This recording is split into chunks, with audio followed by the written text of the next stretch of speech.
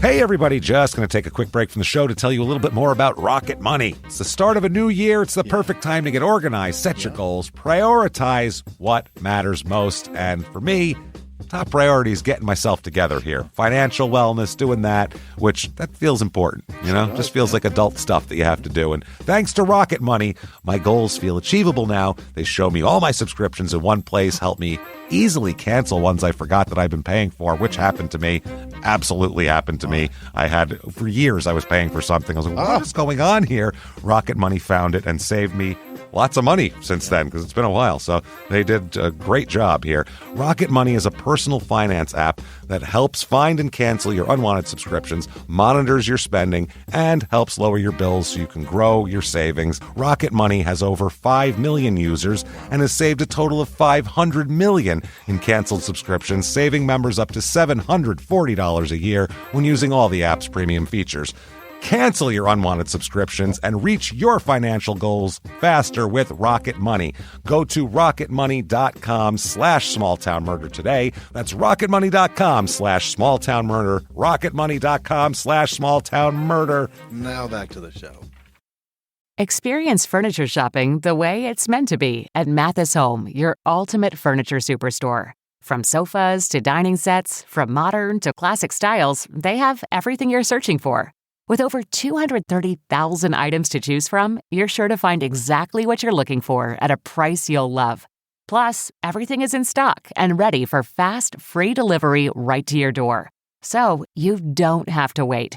And if you're looking to really transform your space, take advantage of our complimentary interior design services. Our expert designers are ready to help with any project, whether big or small. And right now, check out the Lazy Boy BOGO event at Mathis Home, happening now through March 1st, 2025. Buy one Lazy Boy recliner and get another one absolutely free. Don't miss this limited time offer. Only at Mathis Home, your ultimate furniture superstore.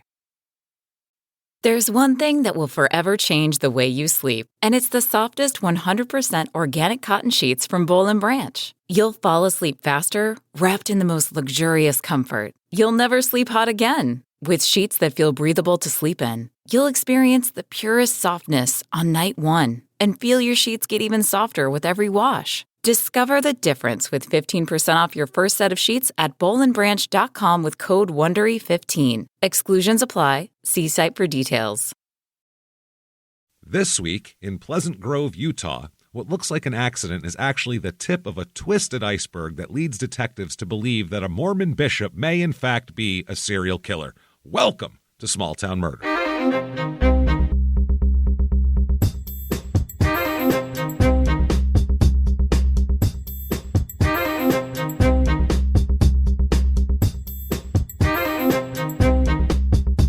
Hello, everybody, and welcome back to Small Town Murder. Yay! Oh, yay indeed, Jimmy. Yay indeed. My name is James Pietragallo. I'm here with my co-host. I'm Jimmie Whisman. Thank you so much for joining us today on another crazy edition of Small Town Murder. Yeah. And I'm telling you guys, buckle up today. This is great, wild stuff.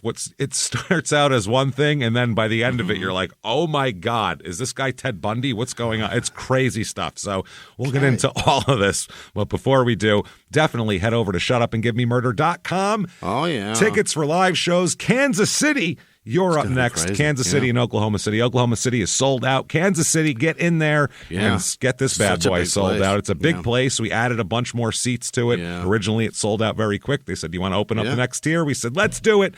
So we're there anyway. We're there. We're going to be there anyway. Might as well. So do that. Get in there and get tickets. Also get tickets for October 31st. It is the Halloween virtual live show. Right. You can't wait. We're going to be in costumes just like a regular live show, except in your living room.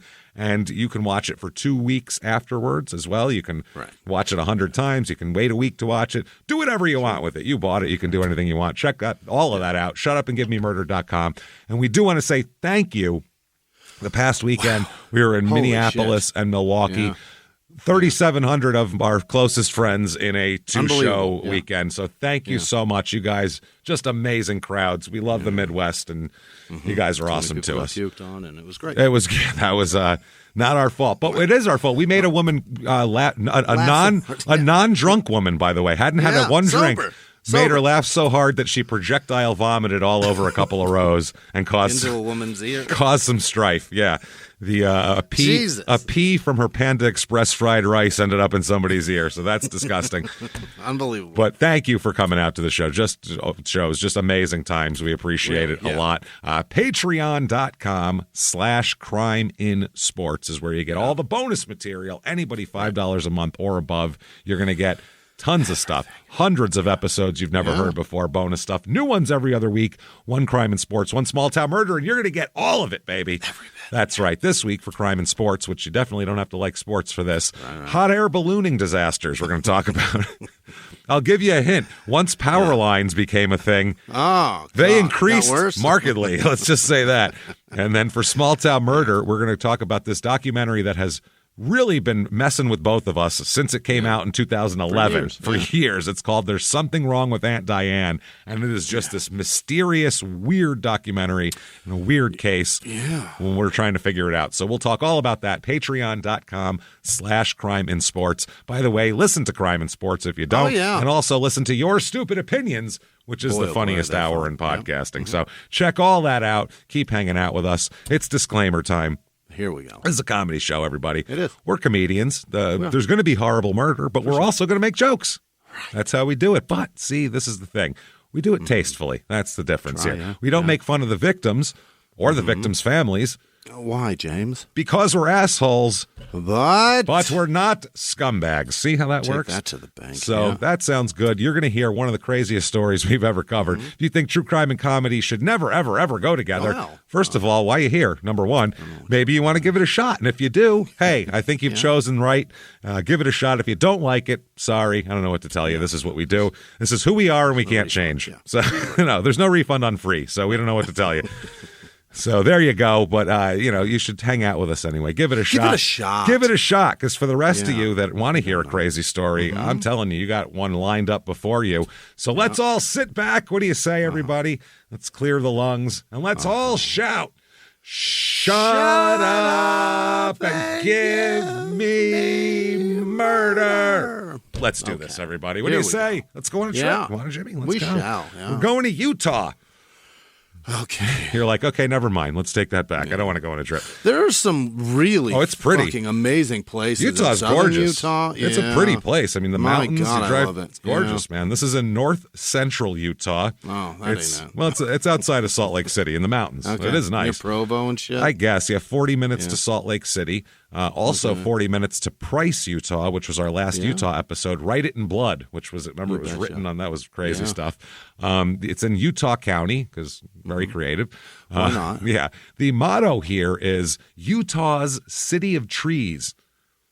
Is it? Is there a city? Okay. It's a small city, I guess. But now the original name of this city, a little bit of history, was Battle Creek, which is Michigan, obviously. That exists like a motherfucker. Yeah. They're real loud about that one. It was named for a massacre which took place there in 1849 between Mormon settlers and a small band of Ute Indians, where in this battle, all the male Utes were massacred when Brigham Young believed the natives had stolen some of his horses. Golly. Yes. That's interesting. He's kind of a dick, huh? Well, by the way, the horses were found before the attack happened. So they didn't even steal the horses. But they were like, he already said we're going to go get them, so now we're going to go get them. Yeah. So the settlers decided later they needed a more uplifting name than Battle Creek, which sounds, depressing. Really? I bet every creek in this country that has a city that was established near should probably be called Battle Creek. There's a battle somewhere of some kind, so then they named it Pleasant Grove, after a grove of cottonwood trees located between Battle Creek and Grove Creek and near the current-day intersection of Locust Avenue and Battle Creek Drive. Sure. So there's that. That sounds a lot nicer. That sounds better. During the Walker Indian War in the 1850s, citizens built a fort with walls 2 or 3 feet thick. So, golly. And they did this in an area that's the size of 16 city blocks. So giant fort. Feet thick. Like a medieval fort town, like the castle walls, basically. Yeah. And then the settlers in the area built their homes inside the fort. Mm-hmm. So the fort's not there anymore, but they do have cornerstones that tell you where it is and stuff like that. The Southwest Monument would have been located near 300 South 100 West. The area is now occupied by a strip mall. So that's nice. Bet. Yeah. It's that way you can really keep the history there, you know what I mean? Yeah. With your Joann's fabrics, you want to make sure to have that. A Target. Holy shit. So reviews of this town, we don't know anything about it. Maybe it's great. Let's find out. 5 stars. I love it here. Well, that's a start. Yeah. The community has a tight bond like I've never seen before. Sure. I'd like to know where else you've lived also. I don't know if this is the only place you've ever lived. Yeah. Everyone here is so kind and will always be willing to help someone out. Lots of LDS people here too. That's an understatement, by the way. Wait till I give you the stats. Holy shit! Wow, this town used to be an orchard town before most of them got pushed over. Pushed over? Cut down. Yeah, that's a weird way to put. Just push the trees over. That's how I knock them down. Yeah. My family is the last standing family that owns an orchard from the pioneers. The only bummer about this place is the roads and maybe the outdoor pool. The roads here are very bumpy and need to be redone, and the pool is old and needs to be redone.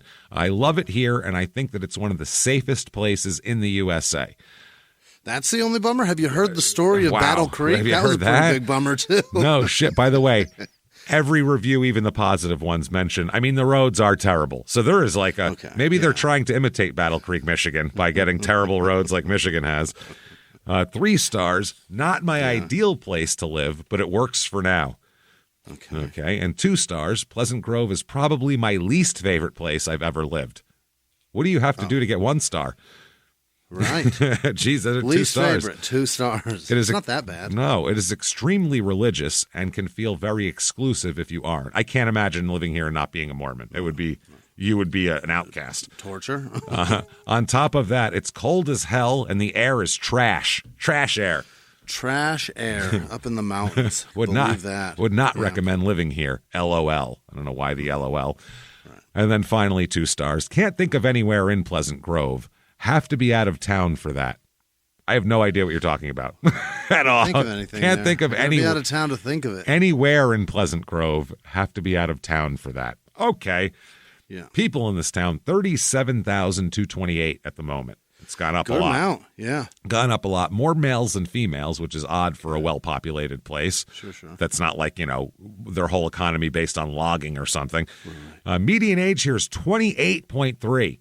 Lowest. 28? Very low, and a lot of that is because everyone has 12 kids. So that lowers. Okay, yeah. If the parents are both 40, but they have 9 kids under fucking 11, then drives the age down. Family here, 61% married. It's usually 50-50. Very few people are single with children as well. Religion in this town, 50-50 is normal. That's the average. And we've gone to like 75 where we're like, wow, 75. 95.7% of the people here are religious. 95.7, so 96%. And out of this, 93.3% of the people in this town are Mormon. 93.3%. So if you are not a Mormon, you are out. You're out. Yeah. You're absolutely out. You're not dating anybody. You're not doing anything. There's no one. How are you going to ever find somebody? I guess you just have to go, are you Mormon? No. Oh, fuck. And then you start making out just because you found each other. Who cares? Guy, girl, I don't even care. Just you make out because you can. If we moved there, we'd have to get married. You know what I mean? It wouldn't work because we just have to find ourselves. Yeah, I'll give it to you. Don't worry about it. So Pleasant Grove here has an unemployment rate of 2.8%, which is way low. The Mormons are an industrious folk. And the median household income here is $81,850 a year, which is about doing great. $12,000 more than the national average. So it's not bad. And you need to be because cost of living here is outrageous, huh? Through the roof here. Cost of living we have 100 is regular. Here it's 117. But the high thing is housing. Median home cost here. Yeah. And this is the middle. A lot of this is because a lot of these are big houses because they're Mormon family houses. $507,400 is the median home cost here. That is unbelievably $500,000. That's the median. That's not even for like, oh, look at that beautiful home. Okay, so if we $1 million has become the you're broke. Yeah. You poor fuck. Jesus. So maybe you want to go here. Maybe you've been looking for a nice place to raise your 12 kids. Yeah. Well, we have for you the Pleasant Grove, Utah Real Estate Report.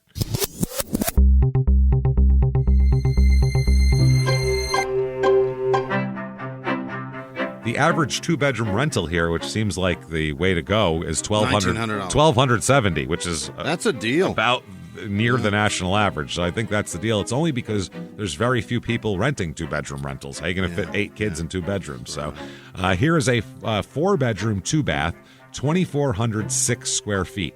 This is the least expensive single-family home that they have in the area here. 4-bedroom family starter home. It is, yeah. That's what it is. Like after the first couple of years, you'll obviously need to upgrade here. But it looks like an old lady died there, and they didn't bother doing it. They just picked her shit up and said for sale. That's all it is. It's very, very grandma. This house, $449,900. That's your basic house. 2,400 square feet. To live in rural Utah. Yeah. Okay. Here's a 4-bedroom, 4-bath T-bowl for all your b-holes here. Okay. 5,235 square feet. So sure. Bigger. It's a very weird-looking house. It looks like an apartment building, an apartment complex building. It's fucking giant. That's exactly what it looks like. But like the design of it looks like it's building G in that complex is what it looks like. Not great, honestly. Nothing special. $850,000 for that. And this is all. None of these have even half an acre. By the way, these are on small. Yeah, it's just plots. a lot of square footage. And here, finally, this is your sister wives special here. Sure. 12-bedroom. God damn. 12-bedroom. If you ever watched Sister Wives, this was a house they were looking for. Like a 12-bedroom. They're like, are you fucking nuts? They don't know. Damn. That doesn't exist, bro. Usually giant houses are like 3 bedrooms because rich people live there. 52. It's 8 bathrooms too, by the way. 12 bed, 8 bath, 5,200 square feet. It looks like a bigger apartment complex building. That's all it looks like. It's really fucking weird. This seems like a house where you have. It seems like a Sister Wives type of thing. Yeah. And there's even the corrugated steel covered parking, by the way. Really? Yes. They put up apartment complex parking in this. That's how many people are going to live here. Well, it's got fucking 25 rooms at least. Yeah, that house, $1,295,000 for that house. And it is ugly as shit with no land. It's stupid, but kind of, Jesus. I guess if you'd need it if you had that many kids and you got 12 bedrooms, everybody better have a fucking job to pay this mortgage because this shit that's crazy. It's wild. Things to do here. Strawberry Days Festival. Sure. 103 years of the longest running celebration in Utah. And the 2024 theme is Strawberry Days, the Heart of Pleasant Grove. Ooh. It took them 103 years to come up with the Heart of Pleasant Grove. Well, they had the soul of Pleasant Grove a few years ago, probably. The toes of, the feet of. The kidneys of Pleasant Grove. The liver of Pleasant Grove. Events include a car show, a carnival, a Chalk the Block event, which I guess just had kids using chalk. Color this motherfucker up. A community art show, concerts, which they don't tell you who's going to be there at all. Fireman's pancake breakfast, free family swim. Come on in, everybody. How big is your family, though? There could be 3 families taking up the whole pool. But the pool needs help too. We heard. That's what I'm saying. It's hurting. Garden tour, a Main Street concert, of which they don't tell you who it is. Right. Can't tell you. Miss Pleasant Grove, as well. Who's going to be Who's going to be the queen of the Mormons here? That's one thing. That's not going to be like. They're not going to be full of makeup and bikinis. It's going to be neck to feet fucking dress and whose dress is the nicest? That's all it is. Be less pervy, probably. Yeah. Mammoth parade. I don't know what that is. A pie eating contest, of course. Sure. Pioneer tours. Strawberries and cream. That's just eating strawberries and cream. Yeah. And then a Tuesday night concert in the park. Lots of concerts with no word about what it is. Nope. I assume it's going to be a lot of church music and country. I was going to say it's going to be country church music. I would assume. Yeah. Church music that's been country fried up. Yeah, exactly. And there's also the Strawberry Days Rodeo. Yeah. It is established in 1921. It is the longest continually running rodeo in Utah. In Utah. Yeah. And continually is another one. And one of them might have taken a year off during the Depression, and they're like, oh, we win now. We won. Fuck those people. We're going to torture these animals one more again. Let's go. Time. It's held annually during the third week of June. The majestic view of Mount, oh my God, what is this? Timpanogos and the family-friendly rodeo atmosphere make this a must. And then there's also the Heritage Jubilee. Don't like that word. No, it's a founding of Pleasant Grove, family-friendly jubilee featuring live music, which we won't tell you shit about. God damn. Storytelling, pioneer games such as, what do you think's a pioneer game? Throw the axe. Maybe some mining, tree chopping or something. Quick, nope. Marbles. Marbles. Marbles is a pioneer game? Pioneer games such as marbles. I thought that was just like little Timmy down at the soda 50s. Fountain. Yeah. Next to a little girl playing jacks. Before he gets a leather jacket and starts singing next to a burning barrel. It's his childhood days. Rolled in his shirt sleeve.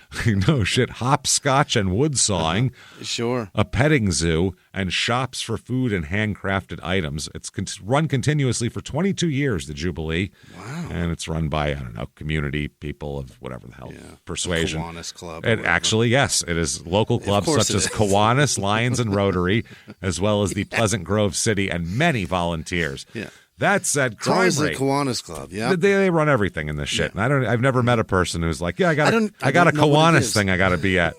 I don't know what it is. Just remember Hunter Thompson used to fuck with people all the time when they'd ask him. Yeah. He'd be doing something crazy, and they'd be like, "What are you doing this for? Who are you with?" And he'd be like, "I'm a Kiwanis." And they're like, "What?"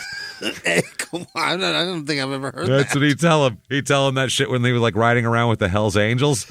Yeah. And they'd be like, "Why are you blah, blah, blah, blah?" He'd go, "Don't look at me. I'm Kiwanis." And they'd go, "I don't know what that means."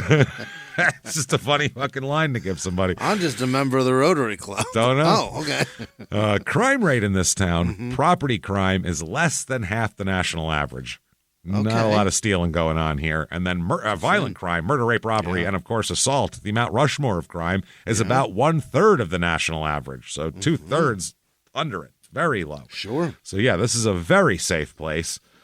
You know all your neighbors and all their kids and everything else. And it's a sin to do anything bad. Yeah, well, especially if a friend sees it. That's said. Let's talk about some sin here. Let's go. Let's talk about some murder, because holy shit, is this not what it seems like it is. Man. All right, let's start out with April 11th, 2007. So not too long ago here. Shut down. All right, Martin McNeil, he arrives home during the afternoon after picking his then 6-year-old daughter up from school. Martin's a 57-year-old. This is a crazy combination. He's a bishop in the Mormon church, but that's not his job. That's just he's like a lay bishop. And he's also a doctor and a lawyer. Doctor and a lawyer? Yeah. Remember when you were a kid, parents go, "Why can't you be a doctor or a lawyer?" Yeah, this guy did it twice. He heard "and" instead of "or." And he was like, "Okay, fine, I'll be a doctor and a lawyer. I'll go to school for like 15 years, fine." Now, he never actually... Yeah, usually that's a couple down the block with the big house. Well, that's Heathcliff doctor and the lawyer. Claire Huxtable. That's what they're, doctor and lawyer. Right, yeah. That's the Cosby Show, is that. He is both. He's both. He doesn't actually practice law, though. He graduated from law school, and he can practice law, but he doesn't actually practice law. He just practices medicine, as we'll talk about. I don't know what the hell he was thinking going to law school. So he comes in the house. Now, there's a bunch of kids that they have. We'll get into all that. And he's got a wife named Michelle. Now, he comes in the house with his 6-year-old daughter, who's not his 6-year-old daughter. It's actually their adopted daughter. It's actually the daughter of their daughter. It's actually their granddaughter. But they've adopted her because their daughter had some problems that we'll talk about. She's not doing great. The daughter isn't, but the young girl is. Her name's... Yeah, she's doing fantastic. Yeah, her name's Ada. She's 6. She's the 6-year-old, like we said, adopted granddaughter. And as Martin and his daughter, we'll just say, walk into the house, I guess Martin walks into the bathroom, and the girl follows him, and Martin freaks out and says that oh my God, there's a problem. Michelle's in the tub. Michelle is his wife. And so Martin says that he's found Michelle hunched over the tub like she'd been trying to fill it up and then passed out. Okay. So like she's in the tub, in the water with her upper half in there. Chest and belly touching the side. Yeah. He calls 911 and he tells Ada to go next door and get a neighbor for help. Okay. Go tell the neighbors to come over here. Sends a 6-year-old out. Okay. 6-year-old, yeah. Which, do you even believe a 6-year-old that knocks on your door? I don't know. You go, what are you imagining? A 6-year-old knows how to find a neighbor. No. She goes next door. He makes a call to 911, and actually multiple calls to 911, and later on we'll get into the details of these calls. But he basically said his wife, Michelle, she's 50, had fallen in the tub and that he was performing CPR. He's screaming in all these 911 calls, and he hangs up on the operator 3 times in 5 minutes. Wow. He calls them, they call back. He yells something and hangs up. I'm busy, goddammit, and hangs up. And they want you to stay Call me later. They want you to stay on the line. He's like, I'm doing CPR. Click. Yeah. Leave me the fuck alone. So paramedics arrive, and they rush to the upstairs bathroom. And by the time they get there, because a neighbor had helped him get her out of the tub, by the time he gets there, Michelle is lying on her back on the floor next to the tub, and the tub's been drained. Okay. Which, don't do that. Yeah, not good at all. Now, here's the thing, is if you find somebody dead, how dead are they? Because if they're super dead, don't touch it. But if there's a chance of reviving them, you don't go, well, I don't want to look bad, so I'm not going to try to save this person's life. So that's a tough, gray area. So the first responders started CPR. They found her to be cold to the touch, but they continued to do CPR and try to, they got the ventilator thing. They're doing all that. When they get to the hospital, Michelle is pronounced dead on arrival, but they continue to try to help her. Sure. Which, the emergency room doctor said he saw no injuries consistent with falling into the bathtub. She didn't bash her head on the tub and knock herself out. The doctor could not determine a cause of death at that point, so he called the medical examiner's office. Okay. Medical examiner found no signs of injuries except a lot of healing incisions on her face because a week and a half earlier she had a major facelift, like hugely reconstructive. Really? The eyes, the chin, all this shit. Like she's really had a huge surgery. Just a week and a half ago? A week and a half ago. So the autopsy reveals that Michelle was suffering from myocarditis. Carditis? Yeah. Which is an infection of the heart. Yeah. And she also had chronic hypertension. Okay. The toxicology screening of her blood revealed, quote, a cocktail of a number of substances, is what they said.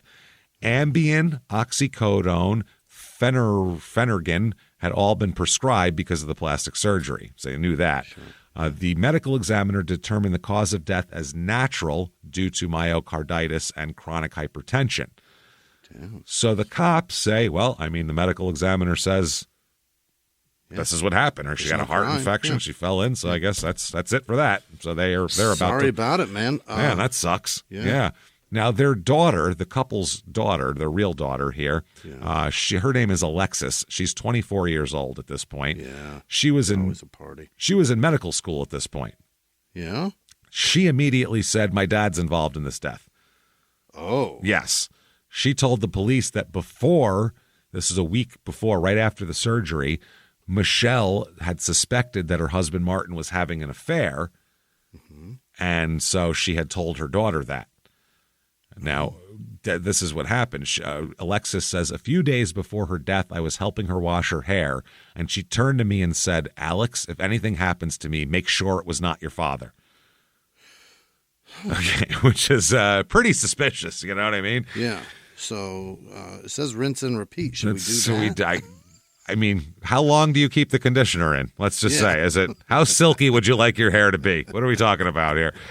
Is this a leave-in? So they, at that point, the investigators find out that from Alexis that Martin had urged Michelle to get this facelift right now, not later. Because apparently there's, as we'll find out, there's some things that she should have probably waited to get the facelift, but he was like, no, it's now or never. You're getting this facelift. I'm tired of looking at your face. Tired of this. Look at us. We look terrible, both of us. We got pictures coming up. When he turned 50 is when he lost his fucking mind, by the way. Yeah. And he really got, he had a monstrous midlife crisis, this fucking guy. Really? Yes. So a day after the surgery, Alexis said that she found her mother heavily drugged, which the cops were like, yeah, she just had surgery, so that would make sense that she'd be on painkillers. Sure. Michelle's eyes were bandaged, so Michelle never saw the drugs that Martin gave her, because Martin is giving her the drugs, because he's a doctor, he's telling her what she needs. When Martin learned that Alexis has been talking shit about this and telling family members and investigators all this, he bans her from the home. His own daughter, who's in medical school. Mm-hmm. Now, the other things that the police find are a little bit of a couple of contradicting facts here. Investigators interviewed the 911 dispatcher, first responders, and neighbors to kind of get a picture. Yeah. While Martin said he found Michelle draped over the tub, a neighbor at the scene says when they got there, she was in the tub. Oh. And Ada also said that Michelle was on her back in the tub filled with water when they found her. And Ada and Martin walked into the bathroom at the same time. At the same time. Yeah. So, I mean, do you believe a 6-year-old or, who knows? But the same place the neighbor said they found her, too. It may have been easier to grab her legs, flip her in, and then grab her shoulders and yank her out. Do you know what I mean? I don't know. May have been the easier way to get her out. If you were hanging over, then you'd have, you just grab her by the waist and pull, I would imagine. That's just gravity. Sometimes you're waterlogged. It's a little heavy. I get, well, putting her in more water and then taking her whole body out of the water seems harder than getting half of her out. I can't think of why to put her in the water. I don't understand it. Hey, everybody, just going to take a quick break from the show to tell you about the safest sponsor ever, Simply Safe. Absolutely. These people will keep you safe. It's amazing. You know that every 26 seconds a burglary takes place in the United States, according to the FBI. That means that by the time this podcast is over, dozens and dozens of homes will have been targeted, ransacked. God knows what happens here. So protect your home before it's too late with Simply Safe proactive security system. Simply Safe helps stop threats before they even have a chance to break in. Named Best Home Security System by U.S. News and World Report 5 years in a row. And by us for about the last 8 years as well. If you trust us, believe me, you want Simply Safe. So visit simplysafe.com/small to claim 50% off a new system with professional monitoring plan and your first month free. That's simplysafe.com/small. There's no safe like Simply Safe. Now back to the show. This show, Small Town Murder, is brought to you by BetterHelp. Get yourself some therapy, everybody. Honestly, here. We often hear about, red flags that you should avoid. Hey, that's a lot of a thing. It's become a real phrase now, real cliche. But why don't you focus also, you look at green flags in friends and partners. Look for good things as well. Right. And maybe you're not sure what that looks like, though. Therapy can help you figure that out. What are positive things? What are the green flags? And then you can practice them in your relationship. It's absolutely a fact. And so, honestly, we absolutely are huge advocates for this. It really, really helps. BetterHelp is fully online, making therapy affordable. It's convenient. They serve over 5 million people worldwide. You can access a diverse network of more than 30,000 credentialed therapists, wide ranges of specialties there. Here's the coolest part. You're not getting along with your therapist, you're just not feeling it, you can switch at any time, no extra charge. Wow. The thing is, they want you to get help. That's it. And you can do it with BetterHelp. Discover your relationship green flags with BetterHelp. Visit BetterHelp.com/smalltownmurder today to get 10% off your first month. That's BetterHelp, HELP.com/smalltownmurder. Now back to the show. So the medical examiner, based on all this, takes another look. Okay. They said they wanted to try to figure out the truth of her body position. That's what they were trying to figure out. Okay. And they said the findings contradict what Martin said. Oh. The one guy said it suggested that Martin was trying to stage the scene to make it look like this was an accidental death. So then the investigative team gets an expert toxicologist in there to talk about the drugs found in her system. And they said that they're kind of thinking that maybe Martin gave her a dangerous combination of Valium, Percocet, and Ambien. How long would you want to sleep? 6 months? That's holy shit. You're not going to wake up for 12 at least, right? No. The Utah State Chief Medical Examiner, Dr. Todd Gray, said the combination of drugs stood out to me.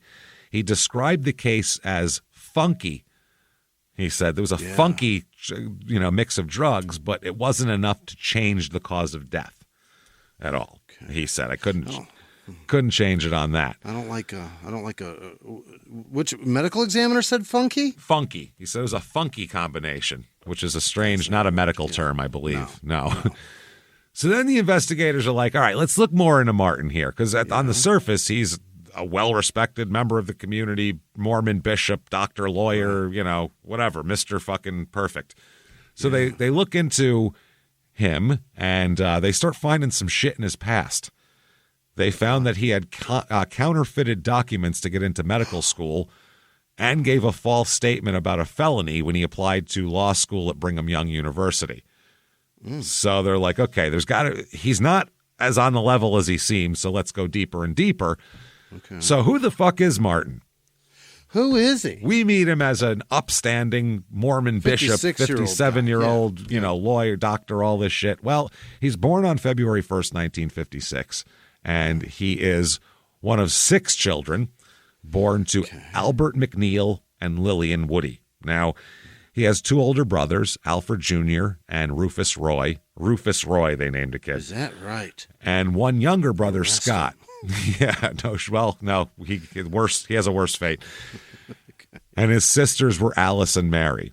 Now, the father is a naval veteran from World War II. He was 23 years older than Martin's mother. Really? The father. That's a big difference. The couple married when Lillian was, 16 years old, and he was in his 40s, or late 30s. Yeah. That tells you a lot about him. When Martin was born, Albert Sr. was 58 years old. His dad was 58 when he was born. Now, this family comes up in Camden, New Jersey. I don't know if you don't know anything about Camden, New Jersey. It is one of the most dangerous areas in the United States. It's absolutely fucking, it's like West Baltimore fucking, but worse. Was his dad a Mormon? No, they're not Mormon. McNeil, they're Irish. Yeah. He's an Irish guy. Young gals, huh? Yeah. No, this is just in the 50s. He just was a big Jerry Lee Lewis fan. And he was like, well, if it's good enough for Jerry, great balls of fire, I'm marrying a teenager. Woo! 39-year-old marrying a 16-year-old is fucking crazy. It's creepy as shit. It does feel very Mormon, but it's not. So he's an older guy. So like we said, they grow up in a real rough area. I mean, real poor, real shitty. It's in Jersey right across from Philly. That's where Camden is. Martin described his family as, quote, the definition of dysfunctional. Yeah. Drunk Irish folk. When they walked in, they didn't they didn't expect that this is this guy's background. It's he's from where he is at that point. His parents had violent arguments, most of the time alcohol fueled. They're just shit-faced. They divorced when Martin was a small child.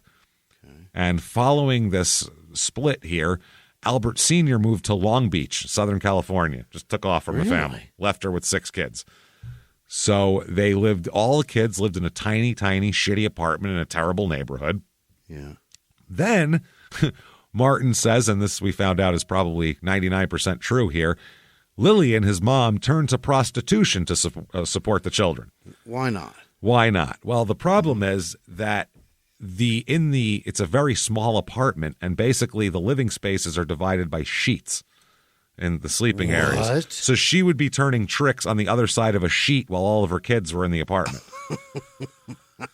Which, if you've seen any movie ever or anything, this is a origin story for bad shit to happen. Wow. Very, very bad origin story here. So they said the kids would be forced to listen to sex noises as they tried to sleep. And worse. So they said they didn't know what went on here, but his family's going to die off, several of them by suicide or drug abuse. Really? There's a lot of mental illness flying around their family as well. Is that right?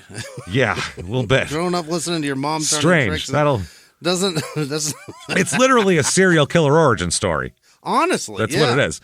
So but usually that serial killer would go kill a bunch of women, whereas what we'll talk about is a totally different thing here. Martin's sister Alice, when she was in her early 20s, committed suicide by strangling herself somehow.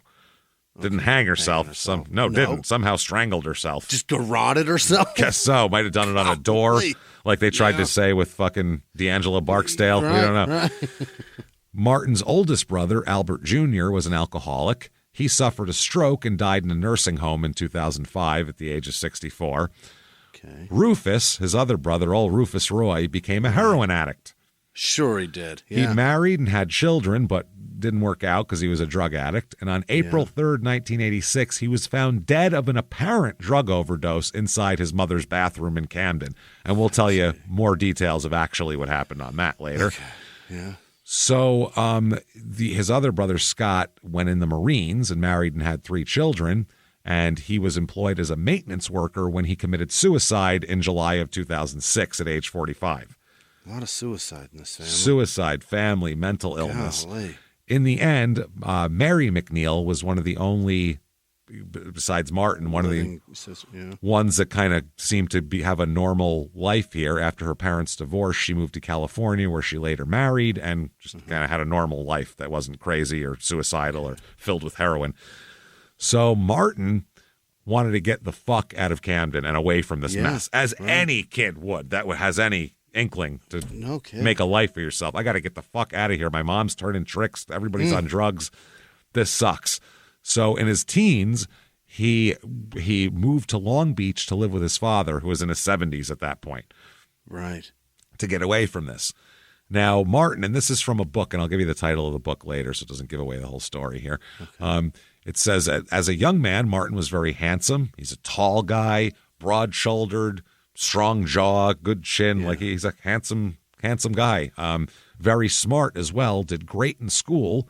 He read classic literature and poetry, and he was in the theater department in the drama club. He was doing plays and shit. So over the years, everybody said he developed, and the book puts it, a flamboyant, almost theatrically dramatic personality. He had a strange, stilted manner of speaking, like Jackie Mason. And then you do this, and then do that. I don't know if maybe that's what they're talking about. I don't even know. Saying a guy's flamboyant and then commenting on the way he's speaking lends to gay, doesn't it? But that's not it at all. That's not what it is, no. They said he used broad hand gestures in everyday conversation. They're describing a gay man. No, they're describing someone from the East Coast living. Oh, there's that. Yeah. That's all it is he talks like that. And they're like, why is he waving his arms around so much? Yeah, this is Southern California. Calm down and get a tan, man. But he's known as being very eccentric, so much so that his classmates called him Martin the Martian. So, because he's just a weird guy. Yeah. He's also very mentally unstable, Martin. Really? Huge mood fluctuations. He has manic episodes, bouts of paranoia and depression. This will all get diagnosed soon. Sure. They said when he became enraged, there was no like turning him off. He was just like in a death stare at people. As a teenager, he's diagnosed with bipolar disorder at the time. And after his diagnosis, that's when he started really becoming fascinated with understanding psychology and the human brain. He had the same fascination with psychology as Ted Bundy did, where he said, I'm fucked up in the head. I'd love to figure that out. Right. And that's Tell me what it is. That's exactly what he did. It's the same type of thing. And that can work out really well or really poorly. Yeah. In 1973, Martin joins the military at age 17. He lied about his age. He claimed he was 18. Yeah, well, when you got nothing, I mean, that's fine. Well, his commanders and his fellow recruits noticed that he's an odd fucking guy. He was often insubordinate and got in trouble a lot. And when they sat him down and gave him a psychological workup, because they were like, he's just not getting it. Maybe his brain doesn't work right. He spoke of hearing voices urging him to kill. Head on home, young man. You know what? Let's hold on. Why don't you just loosen the grip on that gun right now? We'll go put that over here. We'll take that. Everybody hide the grenades, please. I feel like we're going to send him on home. Holy shit. Make sure he takes none of that shit with him. We're going to write him a note, too. Nothing more than butter knives for this guy. Yeah. So about 2 years into his service, his commander sent him for the psychiatric testing. And after a battery of tests and evaluations, they deemed him to be a, quote, latent schizophrenic with other mental and psychological infirmities, quote unquote, infirmities, quote unquote. In 1975, at the age of 19, he's discharged from the Army due to his mental illness. Head on off to law school. What do you say? This is like we were still in fucking Vietnam at that point, and they're like, we don't need this one. He's crazy. Not that body. Not we'll that throw bad. any body at it except for that one. Holy shit. So he was applied for and was granted financial benefits through the Veterans Benefits Administration and also through Social Security because he's too fucked up to be in the Army. They're saying you need help. So he's not doing well here. And even he's going to receive these benefits even after he becomes a doctor. He never turns them off. They keep paying him? They keep paying him, which is, by the way, also fraud. So in 1977, he tells friends he saw a piece on 60 Minutes, okay, the TV show, a news piece about a group of check forgers. Okay. It was like this big thing, and it was basically a how-to of check forging, and he went, I never thought of that. So based on what they did, he thought of ways he could do it better and with fewer risks. So catch me if you can shit. Exactly. He was fascinated by the simplicity of the scam, he said, and told friends that he could execute it with very few risks. He said, I could do it better than those 60 Minutes idiots. So Martin decided to do this. He said, I'm going to do this check fraud thing, okay? Yeah. He selected a random name from the county recorder's office records. He hired his friend to go to the Office of Vital Records and obtain a copy of that individual's birth certificate by filling out an affidavit saying he's the person's father. And they need the birth certificate for something. So using the birth certificate, he then went to the DMV and was able to get a temporary driver's license in this other person's name, which he used to open a checking account. He's stealing identities. He's stealing identities, and then he's going to do check fraud. He deposited $50 in the account, and they gave him a book of checks. Yeah. So on Labor Day weekend, 1977, when he knew the banks were closed, he used the checks and the phony license during a 3-day massive shopping spree. Massive shopping spree. 3-day shopping weekend. This is what Memorial Day is for. That's what it is for, using other people's money. Yeah. Stealing. So buy shit on sale. They said he was dressed up in designer clothes and all that kind of thing, and he strolled into 14 different stores and spent $35,000 in 1977 money. My God. We're talking $150,000 he spent, basically, in today's money on this shit. He spent furniture, appliances, jewelry, watches, fancy clothes. Wow. To spend $35,000 in 1977, you had to work at it, man. Yeah. So the business owners, they remembered him as an affluent-looking, smooth, confident, not at all nervous guy who just looked like he had a lot of money and felt like spending it. He purchased diamond rings, watches, couches, chairs, a grandfather clock. Yeah, why not? A refrigerator, TVs, multiple, bicycles, car tires, 60 pairs of socks, which, okay, Ted Bundy. Car tires? Car tires. I mean, everything you could think of that he might need. He's like, car tires, I get that. What do you mean? A bunch of Fruit Loops, put those in the cart. Yeah. Like, he doesn't care. These tires are going to wear out one day. I should probably be thinking ahead. 60 pairs of socks. Other than Ted Bundy, I've never heard of anybody doing that. That's amazing. 24 pairs of shoes. 24 pairs of shoes. A full wardrobe of clothes, and a year's supply of chocolate-covered cherries as well. Just everything he could think of. I'll take that, too. So got to get that impulse buy at the register. Give me a year's supply, though. I'll take these, but like 52 of them. What do you think? So by the time a store employee started to become suspicious about rich people usually don't shop like this, just looking around grabbing shit, he had spent $35,000.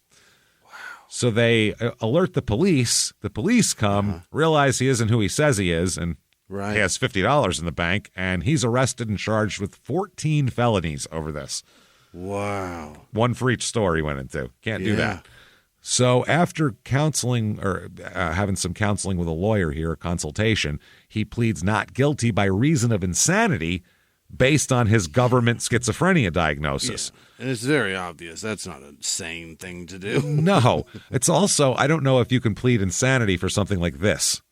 No? I mean, it's less like... It's pretty fucking insane. But like to kill somebody James. to do it, but I don't know. Everybody needs fucking... It's Utah. There's snow tires. Or no, it's California, so probably not. As a part of his defense, he's evaluated by 2 court-appointed psychiatrists. He tried to explain why he felt like he needed to do this, and he said, I don't know why I did it. I didn't want the stuff. I didn't need the stuff. Right. He just liked to steal shit.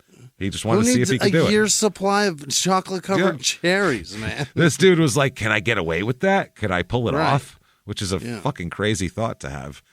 So he also then spoke of homicidal urges and the voices in his head. Again, they're back. Yeah. The psychiatrists believed that he was deeply damaged, but they deemed him mentally fit to stand trial. If voices in your head isn't enough, what is enough to make you crazy? Yeah. Like, I think that's the craziest shit you could have, is voices urging you to kill. They're not just saying, hey, how you doing? It's a nice day out today. Hearing or seeing kill your things mother that is, don't exist are bad. That's terrifying. That's as crazy as it gets, yeah. So they let him stand trial. They said the patient has gotten into trouble with the authorities due to his desire to kill people at the command of voices, a psychiatric report read. So it was prosecuted by the district attorney here, who remembers a young delinquent, but also saying he was very intelligent and full of potential. He said he was bright and he was a con. He should have been a success. He had all the talent in the world. Who does this sound like so far? Yeah, it's a lot of Bundy. It's like exactly fucking Bundy. Like even down to the socks. Like it's fucking weird. So they said as Martin was fighting the charges, he would go to church and do all that kind of thing because he had just kind of dipped his toe in the Mormon waters out there. Oh, in California? And again, Ted did the same thing. Ted Bundy joined the Mormon church to make himself blend more. Fuck yeah. Ted Bundy was a Mormon in Utah. Churches? As soon as he moved to Utah, he became a Mormon. When he went to college there, and he still drank and did all the things, but he was a Mormon, so he would fit into the community. Yeah. Well, also he wanted to be in like politics and shit, and if you want to be in Utah politics, you better be a Mormon, or else you're not getting any fucking votes. Yeah. So yeah, they all drink, by the way. Yeah. So, way too many. I don't believe any of them. So as he did all of this, he started going in the fall of '77 to church-sponsored activities for young single Mormons.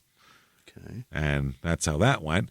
Before that, he had enrolled at St. Martin's University, which was in Lacey, Washington, where he studied psychology.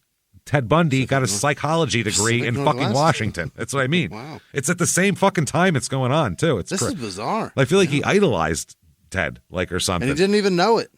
At the time, they knew Ted of the West Coast. That was very, everybody knew who that was. And I feels like, he was like had a connection to this guy. So he said he was able to transfer 65 educational credits he claimed from the Army's extension program, graduated from St. Martin's in 2 years with degrees in psychology and sociology, and planned to become a doctor. He moved to Mission Viejo, where his sister was living, and he attended the same Mormon church and was a member of the same singles ward as Michelle Somers, who was his future wife. Right. So, missionaries, basically people knocked on his door and he said, all right, I'll give it a run. That's how he became a Mormon. He was the guy who bought it. That's wild at the door. Yeah, he's the reason they still keep showing up. Yep. He's never been a real religious guy at all either. No. That's the thing. He's never into it, but he gets himself right into the LDS community. He goes to services. He went on a mission to spread the Mormon message that they do. But while the missions are 2 years long, his only lasted 2 months. Why? Well, the other missionaries became fearful of him because of his mercurial moods and erratic behavior. Wow. So they called home base and said, you got to take this lunatic the fuck out of here. Yeah. This is crazy. He rides this bike weird. It's super. He leaves the top button of his shirt unbuttoned, and we're like, yo, calm down, bro. No, it's enough with all the sexualizing. Calm down. Jesus Christ. He's basically Travolta in fucking Saturday Night Fever right now. He's like, see your fucking clavicles. I can see your belly button and you're gyrating. We got to get this guy out of here. So he meets Michelle Somers at a singles mixer for young Mormons. That's where he meets her, his future wife. She's born in 1957. She's one of 7 children. She is a very Mormon. She's a Mormon growing up to the max. She's got 3 sisters. They grew up in Concord, California. Her mom was a stay-at-home mom while her dad was a salesman. Okay. So nice, but her dad was also an alcoholic and wasn't real involved in the kids' lives. So her sister, Michelle's sister, said, he wasn't a good father. I hardly ever remember him being around. My mom pretty much raised us. Sure. Hence, the grandmother was involved too. Michelle's childhood was good, though. She said everybody said she was a wonderful girl. She's blonde hair, blue eyed. If you picture Mormon lady, it's her. Her younger sister said she was like a princess. She was very outgoing, very kind, very sweet to everybody that she came in contact with. And they said as she got older, she became like a gorgeous teenager, and all the guys wanted to go out with her. And she's 5'7", and I'll read from the book. She was slender with a curvaceous figure. Hell yeah. Seems good. Long blonde hair, flawless ivory skin, small feminine features, and a perfect smile. She's also a straight-A student who plays the violin and speaks French. She's just the perfect fucking girl here. She enjoyed theater, classical music, and the ballet. Her sister said, out of everybody in our family, Michelle had it made. She had everything going for her. She was super smart, happy, beautiful. Everyone liked her. Yep. And that's what she did. She grows up in the Mormon church, and she spent a lot of her time at church. She studied. She never used alcohol or drugs ever. Right, she was very much into being a Mormon. And she just liked to take a hot bath and read magazines. That was her big vice. She went to, in high school, she's a cheerleader who acted in school plays and was voted homecoming queen. Yeah. I mean, couldn't be more idyllic here. What else did she do? For the homecoming dance, she wore a long lacy dress, white elbow-length gloves, her blonde hair falling loose around her shoulders. Right. Yes. Then a photo in the student newspaper was captioned, Queen Michelle reigned over her court. So they said she's soft-spoken, beautiful, not pretentious. She didn't look down on people. Everybody liked her. She went out of her way. The boys really liked her, as we described her. She's a hot blonde. They're all going to like her. And the type of guy she liked, though, wasn't your typical Mormon guy. What'd she like? She liked flashy guys with big personalities. Which is the opposite of what Mormon guys are, which are usually very staid guys with very boring personalities for the most part. So her sister remembers they all used to shake her heads at her choices of boys that she liked. They were like, what the fuck? Her sister Linda said she liked really different types of guys, really dramatic types. I don't know what that means, but okay. Not them. Not being dramatic would be like, oh, darn, when something goes wrong. Like, oh, you're so dramatic. To the Mormons, that could mean anything. Yeah. He likes Taco Bell. Dramatic. Who knows? Jesus, he has dramatic shit. So she graduated high school in 1975. She was going to go to BYU. But she spends her late teens and early 20s working as a professional model and competing in beauty pageants. Of course she did. She was crowned Miss Concord in 1976 in California. In her where the grapes are from, yeah? No, I don't think so. I think maybe, but I thought the grapes were from Concord. I thought it was from the East Coast somewhere. Might be from California. I have no idea. What does that have to do with any of this? I don't know. I'm trying to figure out where the fuck Concord, California is. It's outside of San Francisco, about a half hour. Okay, Northern California. It's got to be over there. So, I mean, grapes would make sense because that's where wine grapes come from. Sure is. In her modeling photos, she looks gorgeous, and her parents got divorced around this time, 1977, and her father kind of took off, didn't have anything more to do with the kids. He remarried, started kind of a new family. So Helen ends up moving in. This is her mom, moves in with her daughters. And, they're trying to make it work here. Yeah. Michelle still lives at home. She's big into the church. That's when she gets into all the singles shit. And in late 1977, she was at a singles event when a man approached her. Tall, handsome guy, thick blonde hair. I'm Martin, and she was smitten, boy. Dramatic as fuck. Dramatic. I'm Martin, he said with his hands out like that. And she was like, oh, this fucking guy. I like him. Mormon gal from a broken home, huh? Yeah. Well, at the end, it was a broken home. Sure. Yeah, her dad was an alcoholic, and that happens. Yeah. Mom finally had enough of it. I notice that happens a lot in true crime shit we read. I read all the time in books and stuff, that you'll get a lot of Mormon fathers that are fucking severe alcoholics. Yeah. And I'm wondering if a lot of them were alcoholics and that's why they became Mormons, but that didn't. Well, I mean, there's the lot love of pressure. God doesn't quell the fucking need for booze, you know what I'm saying? So they were trying to. Love of God is one thing, but the pressure to be fucking perfect in everyone's eyes has got to be so overwhelming and such a burden. Yeah. I'd be hammering booze behind everybody's back, too. Probably, yeah. I think a lot of these guys might start out as alcoholics and try to run from that to the church, and then they end up build a family and being a drunk beat the Mormon. holy shit out of it. Yeah. Just being a drunk Mormon instead. But yeah, you might be right too. Maybe it's the pressure that I'm sure can't help. That's crazy. The fucking the fellow. You know what I mean? Like the it's all of it. Organizations and like the events that they have, and you've got to be like this perfect. Mormon to look perfect. All your kids have to be dressed perfect. Everything has to be perfect. Iron your shit. Fuck that. I want to drink. Yeah, I want to have some fun here. So Michelle, at the time when they're dating, too, she thought he was a little bit odd, Martin. She's like, I don't know about this guy. He was controlling, seemed to scare her. On one of their dates, she said to one of her sisters after one of their dates, I don't know about Martin, and I'm just not sure. And they were like, well, yeah, you should stop going out with him then. On one occasion, they were arguing in his car when she said, why don't we should probably just break up. This isn't working. We should break up. He got real frantic, opened up the center console and pulled a gun out. He had a gun. Put it to his temple. Oh, no. And said, I can't live without you. If you leave me, I'll kill myself. Okay. Now, this is the opposite of what Richard Kuklinski did when his wife tried to break up with him before they got married. Right. She said, I'm breaking up with you. He took out a knife and stabbed her in the arm. This guy puts a gun to his own head. So same thing. It's still manipulating with violence either way. Right. So after several minutes, she convinced him to put the gun down and said, we'll just keep dating. Never mind. We'll figure it out tomorrow. We'll figure it out. Wow. Yeah, let's just get me out of this car. Yeah. But they said over the course of their courtship, she lost weight. She seemed worried all the time. And her sister said there were fights and she couldn't take it. You could see the stress in her face. I don't know what happened. Her whole world changed in a few months after meeting him. One of the times before they got married here, Martin makes plans, quote unquote, to introduce Michelle to his 79-year-old father in Long Beach. I'm going to introduce you to my father. He made a big deal out of this, and I'm going to introduce you to him. Okay.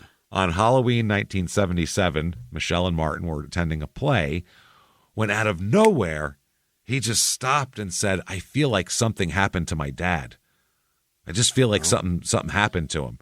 So the next day, Martin went to his father's house and knocked on the door, and no one answered. He found a key under the door, a mat or something. Oh, look, a key. Unlocked the door, and as he went in, he discovered his dad was dead. Something did happen. And that's his story. When he later told Michelle of his father's passing, she was convinced that he had experienced this big premonition. Yeah. As this goes on, you're going to think that was less of a premonition and more of a prediction of what I'm going to do, which is go kill my father, probably. Yeah. Because I think he did it. I think he went over and killed him. Maybe. I don't think there's any fucking doubt in it whatsoever, unless this guy is psychic, which I don't think he is. I think he's a murderer. So we'll find out about it. His death was ruled natural, relating to age and health problems, but we'll find out. He's got a way around that, though. Martin seemed very devastated. He collected a few $1,000s from his father's insurance company, which was money he desperately needed because he had legal troubles for check fraud. Oh, so, is that right? Yeah, he needed that money right fucking now, by the way. So it came like at the perfect time for him. What a windfall. Lucky. Michelle's family doesn't like him, as you might imagine. Yeah. He's nothing like them. He's not what they expected. Yeah. So her sister, Michelle's sister, said, I thought he was just a big actor. He just gave me the creeps. He was so self-absorbed. It became more and more apparent each time I saw him that he believed he was more superior than anyone else and that he thought very highly of himself. Then a bishop, who is the family bishop, Michelle's family bishop, came to the house to warn Michelle's mom about Martin. Said, I can't tell you why exactly, but there are some things in his background that are concerning. Hey, everybody, just going to take a quick break from the show to tell you a little bit more about our stylish friends at Quince. That's right. Let's go elevate your styles, people. Yeah. Get it going. Look good out there. And you can do it now without breaking your wallet, without breaking the bank, because at Quince, you can get high-end, versatile pieces at prices we can all actually afford, which is very nice. You want to get good stuff that lasts and it's good, and they have quality stuff that's very affordable. And you can do like we did, upgrading our stuff here, well, still being a very reasonable price. Quince only works with factories that use safe, ethical, responsible manufacturing practices, along with premium fabrics and finishes. It's all quality stuff. You're going to love it. Trust us, it looks good. And I've got the leather jacket. It's a very high-quality item. Real nice, soft leather. Yeah. Jimmie's got his linen pants he's rocking. Yeah, they're terrific. Come on, be like us. Be fashionable. Get in there with Quince. Indulge in affordable luxury. Go to quince.com/smalltownmurder for free shipping on your order and 365-day returns. That's QUINCE.com/smalltownmurder to get free shipping and 365-day returns. Quince.com/smalltownmurder. Now back to the show. Hey, everybody, just going to take a quick break from the show to tell you a little bit about a very cool place, Thrive Market. Yes, we are both looking to get into the healthy swing this year. The problem is I don't know what's in everything, and I don't know if even I'm qualified to even read the labels to know if that's good or that's bad. Right. There's chemicals and things, and there's things floating around. I don't know what I'm doing out there. One of my favorite features, and I know you were talking to me about this, is the Healthy Swap Scanner in the Thrive Market app. Yeah, it's simple. You scan any item, and it'll instantly suggest a cleaner, healthier grocery alternative, which is it's great. Amazing. Yeah. That's great. Thrive Market also takes the guesswork out of finding these safe, healthy foods. For example, like I'm trying to get my protein intake up for energy. I'm always moving around. I need stuff, and I love that you can filter their site by the high protein options. Nice. It's very cool, and you can personalize this portion, and you can put filters on it. And get ready. You should be ready for a junk-free start to 2025. Get ready for it and head to thrivemarket.com/smalltownmurder and get 30% off your first order plus a free $60 gift. That's THRIVE market.com/smalltownmurder, thrivemarket.com/smalltownmurder. Now back to the show. A few miles from the glass spires of Midtown Atlanta lies the South River Forest. In 2021 and 2022, the woods became a home to activists from all over the country who gathered to stop the nearby construction of a massive new police training facility, nicknamed Cop City. At approximately 9 o'clock this morning, as law enforcement was moving through various sectors of the property, an individual, without warning, shot a Georgia State Patrol trooper. This is We Came to the Forest, a story about resistance. The abolitionist mission isn't done until every prison is empty and shut down. Love and fellowship. It was probably the happiest I've ever been in my life. And the lengths we'll go to protect the things we hold closest to our hearts. Follow We Came to the Forest on the Wondery app or wherever you get your podcasts. You can binge all episodes of We Came to the Forest early and ad-free right now by joining Wondery Plus. Because he's not allowed to tell them what Martin has told him, but he's like, I talked to this guy. You don't want him around your family. Can't tell you why, but trust me. Oh. Around that time, Martin told Michelle about his arrest for check fraud. He told her it's no big deal. It was just a dumb mistake I made in the past. 14 times. 14 times for 35 grand. In one day. So Michelle told her family about the arrest, and they tried to convince her to end it with Martin. But she defended him. She said, if you only knew about his childhood, you'd understand, because he told her the story. It's a harrowing tale. Yeah. The prostitutes, you guys. Yeah, she slept next to his mom. This is what Mormons are trying to, get people out of, allegedly, or whatever. So she's like, listen, this is what the whole church tells us to do, is to care about these people, is what I'm doing here.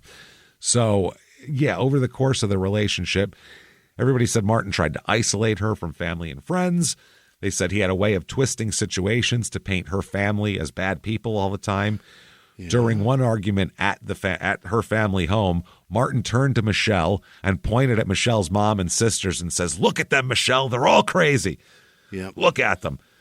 So Helen, Michelle's mom, heard about the check fraud thing and said, let me look into this deeper. So she obtained all the records related to the prosecution. She just went down to the courthouse, public thing, including 2 psychological evaluations. Oh, she got those? She got those. Can you get I those? think once the case is done, yeah, I think you can, unless there's a special court order to block it. So, I mean, if it's HIPAA shit, isn't it? No, I get psych evaluations for people all the time for murderers. Wow. Yeah, once your case is done, and you can petition a judge to seal it, but unless you do, it's in there. Submitted to record, it's part of it. It's public domain. Yeah. The mother found out that Martin was a diagnosed schizophrenic that heard voices urging him to kill him. Was like, holy shit. That guy called us crazy, you guys. Fucking A. He screamed, pointed at us.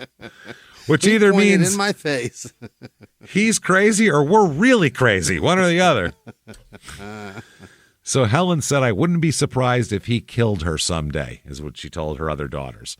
Wow.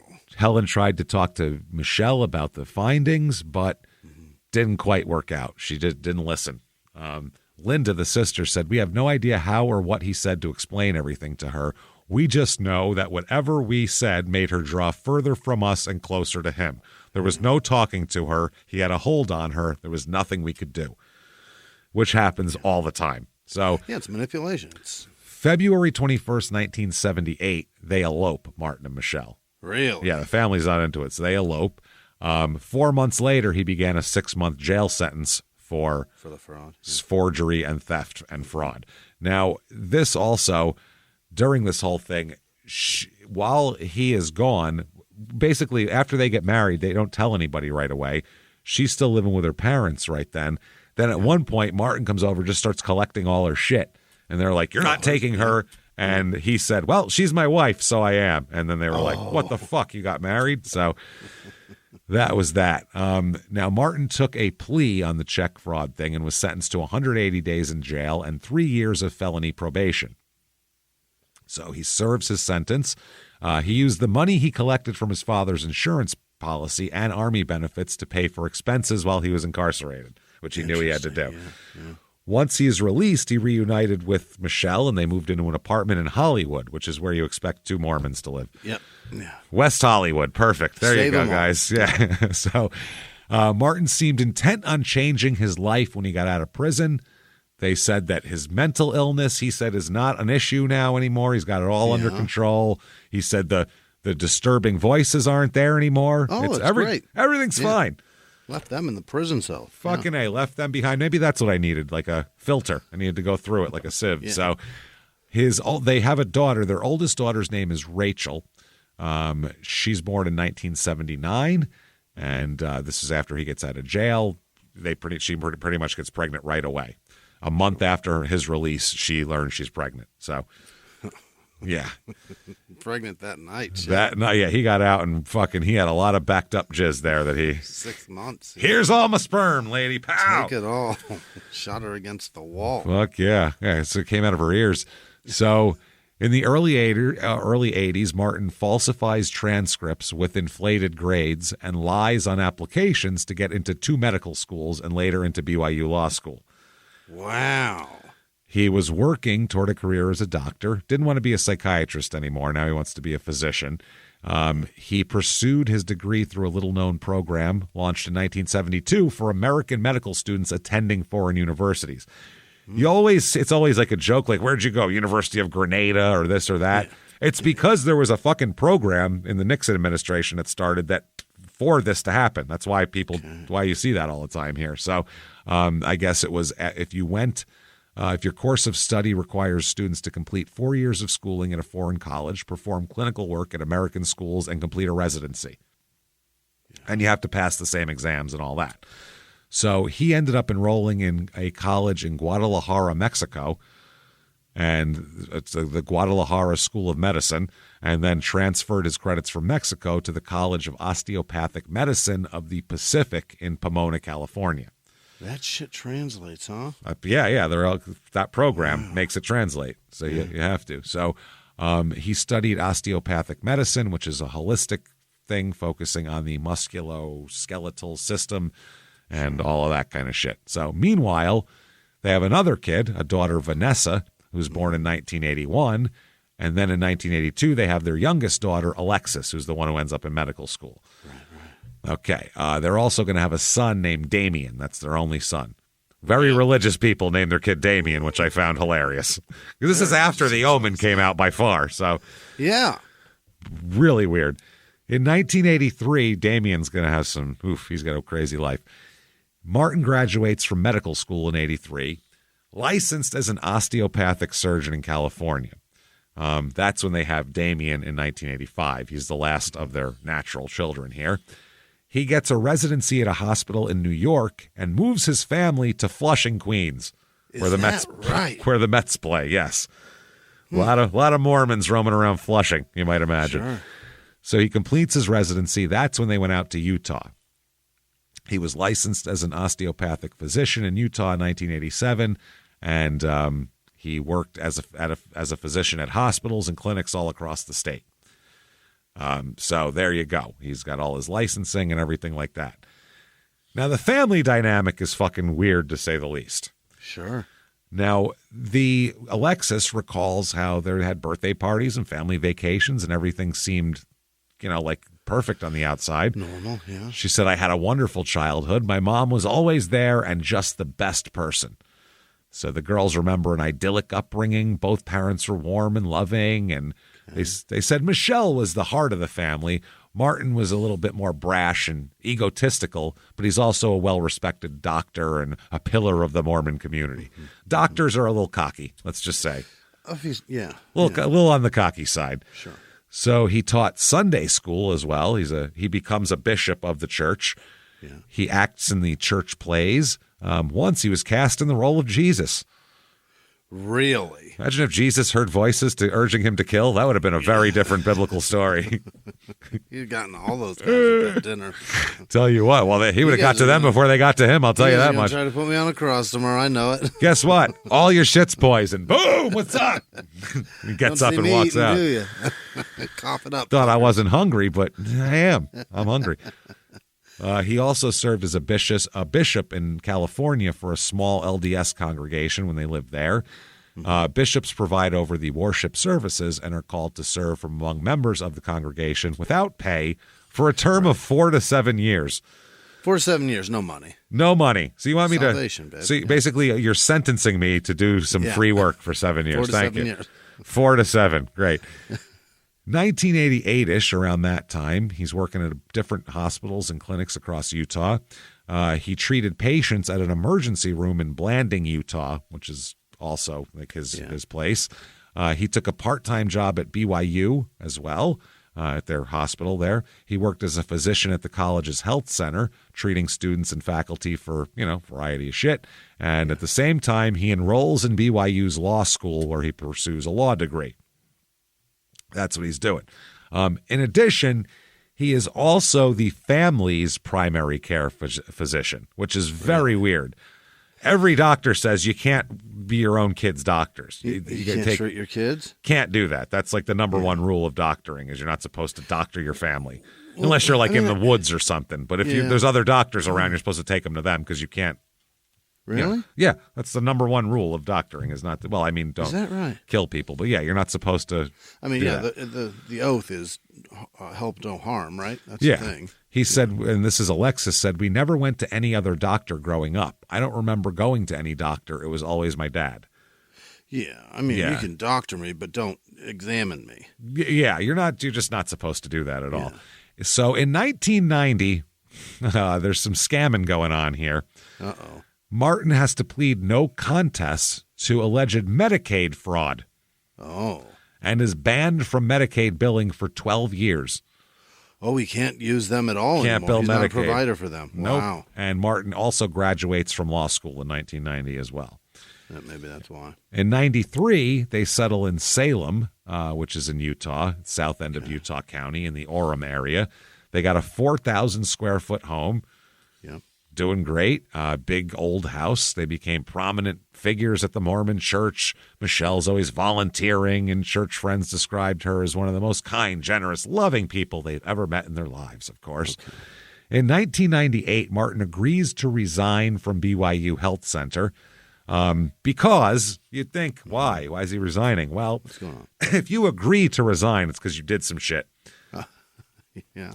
And we found out what shit he allegedly did. What he allegedly did. Well, there's complaints and accusations of unprofessional conduct, misdiagnosis, and, oh yes, rape. What? Yes, which is way beyond unprofessional doctor? conduct as a doctor. Not good. No. 1999, he returns to the BYU Health Center for 3 months, and more complaints are made against him for the same things. What is going on? In 2000, Governor Mike Leavitt appoints Martin medical director of American Fork Training School. You know, the Post-rape. Post-rapes, but he agreed to leave, so they dropped it all. Is the basic deal. Yeah. They didn't want a fucking scandal at BYU of doctors raping people. So for them, they're like, let's brush it all under the rug. Yeah. You go your way and go rape people somewhere else. So this is later renamed Utah's State Developmental Center. This place, it's a prestigious position, apparently, as the medical director of this place. It's located 15 minutes from Orem. The center provides 24-hour supervised care for 265 mentally disabled individuals. Jesus. It was established in 1932. As the director, Martin's in charge of health care for the residents. He had a private office at the center's medical services building, oversaw a team of doctors and nurses. He worked in administration also, so he's doing the math too. Martin often arrived early, stayed late, worked the weekends, and also played on the company softball team. Oh, sure. Not bad. Now, Linda, this is Michelle's sister, said about them, quote, "It wasn't a normal family. They were so used to portraying what they wanted people to believe. Their house was crazy. There would be these great big fights, but then they'd all walk out the door and they'd be all like perfect." Head off to Chili's. And then now we got to church first. And, once you walk out that door, God damn it, you don't. Yeah. That's a lie. I feel bad for Mormon people in terms of, like, a lot of times they can't realistically assess what's going on because they're so busy making a good appearance for everybody. Yeah. Because it's everybody's so concerned about everybody knows everybody in the community and gossip and all that shit. To a point, it's like that with almost every religion, but that one specifically. Yeah, most people don't give a fuck. You know what I mean? Yeah. It's not as close, tight-knit as these fucking Mormons are a totally different thing. Yeah. No. And church isn't the center of everybody else's life. At a Catholic church, those people, it's not the center of these people's life. They don't give a shit about this. No. They don't care. I mean, they don't live their lives by the tenet of the church or anything like that. People show up, to do their penance, and listen then to the shit home. They don't know what is being said. Then they fucking go home. That's it. Nobody understands that shit. These people are taking this shit seriously. Yeah. What'd you say again? Can you repeat that? Like, it's a different thing. Yeah. So when Martin turns 50, everybody said he became obsessed with his looks and started to tan and exercise and midlife crisis like a motherfucker. Like, he was like, I got to look good here. So they said that also Michelle started to suspect that he might have been having an affair around this time. Now, he's been having affairs for years, but this is the first time she suspects it. Really? He also started focusing on his wife's looks and insisting that she get a facelift someday to look better. Hey, look, let's look good here. Yeah. So in August 2000, police are called to the house after Martin threatens to kill both Michelle and himself with a knife. Oh, he's blading it. Right. What started this was she caught him looking at porn, and it blew up. Sake. She freaked out because she's a fucking Mormon. She doesn't understand that he's just trying to get a fucking nut out. And then, I guess it escalated into this whole thing of him having a knife, and it's crazy. And this is the way it is. I mean, his whole career, he's been leaving jobs often abruptly. Like, he's very erratic. And his explanations would be inconsistent of why he left. And the big thing that Michelle was upset about is that he was always viewing pornography. Always. She would catch him looking at porn from time to time over the years, and she would freak out. And this guy really needs a private space to look at his porn, so she can't keep. Honest to God. Jesus Christ, bro. Your house isn't big enough, bro. You know what I mean? Fucking go in the car. Go, I don't know, somewhere. Well, I guess back bathroom. then. Turn the volume off. In 2000, you need a TV. Computer. Yeah. You need a fucking computer. It's a TV and a VCR, probably. Yeah, this is pre-high-speed internet. 2000. Yeah. This is a fucking DVD at best. Yeah. Yeah, that's true. There's no streaming. No, there's no streaming. Your phone doesn't have anything. So she would catch him looking. They had a bunch of fights, but every time this would happen, he would threaten to commit suicide. Okay. Maybe it was a magazine. That's possible, too. Because they call that pornography. It could be anything with a tit on it. Something with a tit he's looking at. Their worst fight took place in August of 2000 when Michelle caught Martin looking at porn. They got in a big argument. Right. Martin, losing it, that's when he picked up the knife, threatened to kill his wife and himself. As he waved the knife around saying, I'll fucking kill us both, his son Damien, their son, who was like 16 at the time, tackled Martin, wrestled him to the fucking ground, and was wrestling the knife out of his hands. This is a scene, man. This is crazy. A neighbor hears the screams across the street and calls police. Okay. So the cops arrive. Michelle says she doesn't want to press any charges. The symbol for the Mormon church should be a giant broom and a big rug, because that's just all it is. Just sweep that shit under. Appearances are everything, babe. I don't need anybody to find out about this hustler in my house. Nope. Then that's probably what she thought, too. That's more embarrassing than even the cops coming. But a police report is filed. Martin is placed on a temporary psychiatric hold because he threatened to kill himself and had a weapon in his hand, and spent the night at a mental health facility in Provo. And over the years, though, these fights happen very frequently. This is normal. And he would always apologize and promise to change. And that'll chestnut. And she would believe him, and that was that, because she wanted to believe him. Right. Yeah. And it's also that's the cycle, man. Faith is nice, but at some point it's just fucking banging your head into the wall. You know, you got to get your shit together at some point here. So Martin, by the way, she doesn't know this. She's upset that he looked at tits in a magazine. Yeah. She has no idea that he's also been fucking all sorts of people for years on the side. Really? Oh my God. She thinks she's married to this nice Dr. Bishop guy, and it is not true. He would use his position as a doctor to fuck his female patients, which is extremely illegal and not okay. Incredibly. I knew it was a rule. I didn't know it was a law.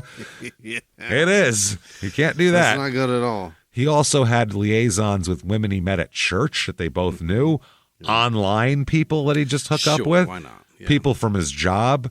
The way he would do this basically was people who just got divorced and single mothers. Those were his targets. Vulnerable people. Yeah. But there's also why do you need to jerk off if you got all these ladies around? He's a horny guy. That's what it is. I think he's a real. He doesn't have a Mormon sex drive. He's got, he's a horny guy. Yeah. He's wanting to fucking not just for reproducing. Right. So after Michelle's death later on, several women would come forward with quite disturbing allegations about Martin. One woman from church claimed Martin propositioned her over the internet. A man said that in the 80s, he witnessed Martin raping a girl. Where the fuck were you then? Why didn't you say anything? Yeah. You witnessed him raping a girl and you don't say anything for 25 years? The fuck is wrong with you? Hang on to that? Dude, what the hell? In 96, the end of that story should be, as I was raining blows down upon him, the police came in. That should be the end of that story. Not just I saw him doing it. I saw him. You witnessed. Holy hell. As the blood flowed from his mouth, eyes, and nose as I punched him repeatedly for this, and the girl kicked him in the crotch. This is what happened. So in 1996, while he was working at the BYU Health Center, Martin had an affair with one of his patients. Again, can't do that. Yeah. This is a 42-year-old recently divorced mother of 8. He fucking does this too. Wow. When this woman first met Martin, she said he was seductive and charming. He'd brag about his dual degrees and his luxury cars and how he's doing so well. She said he made her feel beautiful and wanted and, just what she needed at that time. And he explained that him and his wife just didn't have a good sex life. And you're hot, so you're let's hot. Fuck. Yeah. She doesn't do all that freaky shit. So they had an affair, once even having sex in his office. What? And Karen said, this is the woman's name, Karen, she said the affairs left her just overcome with guilt because he was married and there's church stuff. She said he manipulated me, but he managed to do it in a seductive way. I didn't tell anyone because I thought it was my fault. I think he knew I wouldn't report it. That's why he made me think I was so attractive. Yeah, a doctor is not it's a different position. It's not, can't do that, man. He was then accused of having sex with one of his patients at BYU. And around that time, the children remember a violent altercation between their parents where Martin again threatened to kill himself. Why not? In 1998 is when he abruptly resigned from the BYU Health Center following a long list of complaints, and we told you about that. So Rachel, their one daughter, has some of what Martin has here. The oldest, yeah. The oldest. They said she grew up slender and statuesque with dark brown hair that contrasted with her alabaster complexion. I love the description of people in books. They crack me up. Alabaster white? White is what that is, Okay, yeah. She also inherited her father's mental illness and was diagnosed as bipolar as well. Oh, no. At times, she's very energetic, and other times she's in deep depressions, bipolar. After her second marriage ended in divorce, Rachel, she got married, got divorced, got married, got divorced. Yeah. She returned to Utah, rented an apartment in Salt Lake City, and she ended up going back to school to be a dental hygienist, and that's what she became. Okay. Vanessa didn't do so well here. No. She looks like her mother the most. She was troubled as a teen, had anxiety, abused drugs and alcohol as a teen. Yeah. Also got knocked up when she was 18. Yeah. And she gave birth to Ada, young Ada, who's the one who found Michelle. Right. She said she knew she wasn't ready to be a mom, so shortly after that, Ada was born, Martin and Michelle adopted Ada and raised her as their own. Michelle loved Ada because this is a new little girl, so she new little princess. She gave her dolls and toys and got her a princess bed and all that kind of shit. And, they did all of that. After they had custody, Vanessa's drug abuse escalated after she gave up her kid. Yeah. By 2005, she was a heroin addict. Full blown junkie. Michelle loved Vanessa, but spent years trying to get her into drug treatment programs. Vanessa would detox and be sober for a little while, but then relapse. She couldn't hold a job. There was months would go by where she's homeless, couch surfing basically. Yeah. And Martin was completely horrified by this, excluded Vanessa from the family, and called her an embarrassment to anybody that would listen. That's how you get her back in the fold. Yeah. And then Alexis went to BYU for her undergrad and then moved to London, England to study medicine at the Imperial College of Science, Technology, and Medicine. Sounds like the best one they got. Where she received her master's. Mm-hmm. Then she enrolled in medical school at Toro University, Nevada College of Osteopathic Medicine. And that's what she's doing. So same thing. Now, Damien is the most fucked up of the kids. Really? He's also bipolar. Yeah. Fucking heroin addict? Well, he's got a lot of depression, but his depression is more severe. At times he would disappear for a long time, just going in a depression, wouldn't talk to anybody, or you couldn't find him. He was intelligent and funny and all that kind of thing, but he went on a mission, again, another mission here, to spread things, and it didn't work out, and I think he got sent home too. So oh boy, there's some common things. Now, by 2003, their kids are getting grown now. Their youngest kid is 20 years old, 19 years old at this point. 22? So they're going to end up youngest, adopting a bunch more kids. Oh, my. They adopt 4 kids from Ukraine. What? From a Ukraine orphanage. Yeah? 4 kids at once. They go, we got 4? We got 4 of them? We'll take all 4. How many you got? You got 12? Shit, I can't take all those. Give me about 4. 4. Give me 4. You got to take a third. Let's do it. 4. So yes, they're going to have that. These kids, we'll talk about them. She had just undergone a hysterectomy, Michelle, and was having early menopause from that. Okay. Martin and Michelle are in their 40s when they decide they're going to adopt these girls. Holy. Michelle, they said, everybody knew she liked kids, but they were like, what the fuck? No one ever heard her express an interest in adoption or anything like that. Want of another kid? Out of the blue. So the sister, this is Michelle's sister, said that she thinks Martin wanted her to do this so she would be occupied so he could go fuck around. Yeah. That way she's got shit to do. Otherwise, she's going to be up his ass. Mm-hmm.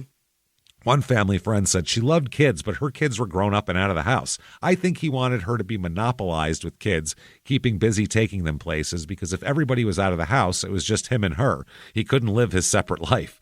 Right. So in 2003, they adopt Noelle, Giselle, and Elle. Okay? That's the first 3. Yeah. The eldest, Noelle, was 13 years old. and Giselle was 12, and Elle was 10. Elle had the best transition here because she's the youngest, so she picked up the language the quickest. She fit in a little more, whereas the 13-year-old had a lot of problems. Water. Yeah. So they end up sending Noelle away. Oh. Yes, they get rid of her. Oh, my God. They said without warning, the rest of the family, Linda, the sister, said without warning, Noelle just disappeared. God damn. The sister recalled visiting with Noelle at family gatherings. Then one day she was at the house and she noticed, where's that other little Ukrainian girl there? Didn't work. Linda was told, quote, we couldn't deal with her. We had to send her away. Was she a small person? Did she A. wind up at the end of your bed with a knife? Yeah. Linda said everything was going fine. No one ever said we're having trouble, and all of a sudden she sort of disappears. Wow. So Noelle had been sent to a treatment facility in Michigan for children who suffer from reactive attachment disorder. This is a condition in which a child lacks any attachment with caregivers. Probably because they've been through so much shit, they don't trust anybody who's caring for them because they're just going to get rid of them and send them to some fucking shithole in Michigan. Right. I would assume. So eventually, Michelle and Martin unravel that adoption, and Noelle will become ward of the state of Michigan. That's fucked up. To walk back and abort an adoption? You can't do that. You can't walk back an adoption or an abortion. Either of them you can't walk back. You had it right. You can't have second thoughts. You fucking nailed the idea. It didn't fit where it was, but you nailed the idea. Both of them. You can't just be like, nah, I don't want to do this anymore. Fuck that. So in 2004, this is after Noelle left, they adopted another girl from the Ukraine to replace her. Yeah. An adorable brunette Sabrina, who was only 7. Would have been great if they named her Noelle, too. Noelle, too. That's what Noelle II. Yeah. These kids already had names. So this kid grew up where Elle, one of their adopted daughters, same orphanage, so she knew Elle, so they knew each other. Okay. So that was good. So that's nice. Around this time, another American woman adopted Sabrina. They were trying to adopt her, and somebody else adopted her. But once Sabrina had settled with this family in New York, her new mother only wanted the 5-year-old sister, didn't want Sabrina anymore. Sabrina has a 5-year-old sister. Fuck, man. So in the summer of 2004, Sabrina traveled to Utah to visit Elle because they knew each other from the orphanage. During the stay, Sabrina bonded with the McNeils, and so Sabrina told them about her life in New York, saying that my mother doesn't like me. She only likes my sisters. So they said, we'll fucking adopt you. They called up the parents. They said, you keep the little one. We'll take this one. And they said, okay. And somehow there's no, I don't know what the paperwork. There's no you can't just hand 7-year-olds off from other countries to people. Isn't there a manager or something to talk to about this? Especially a foreign kid. What the fuck, man? What is happening here? So at that point, Martin, Michelle, Rachel, Vanessa, Alexis, Damien, Giselle, Elle, Sabrina, and Ada. That's all the kids we got. So they got 8 kids at this point. Now we find out that this is interesting here. This is gross. While Sabrina and Elle said their life with the McNeils was happy, Giselle didn't quite like it. No. Well, she remembered Martin as a cruel, malicious person, claimed all the girls feared him. She also said that he molested her once while they were together in the living room. Jesus. She said, he was touching me in weird places. I don't know what it was about me. He was always touching me. I felt weird. Yeah, he's molesting you. That's why.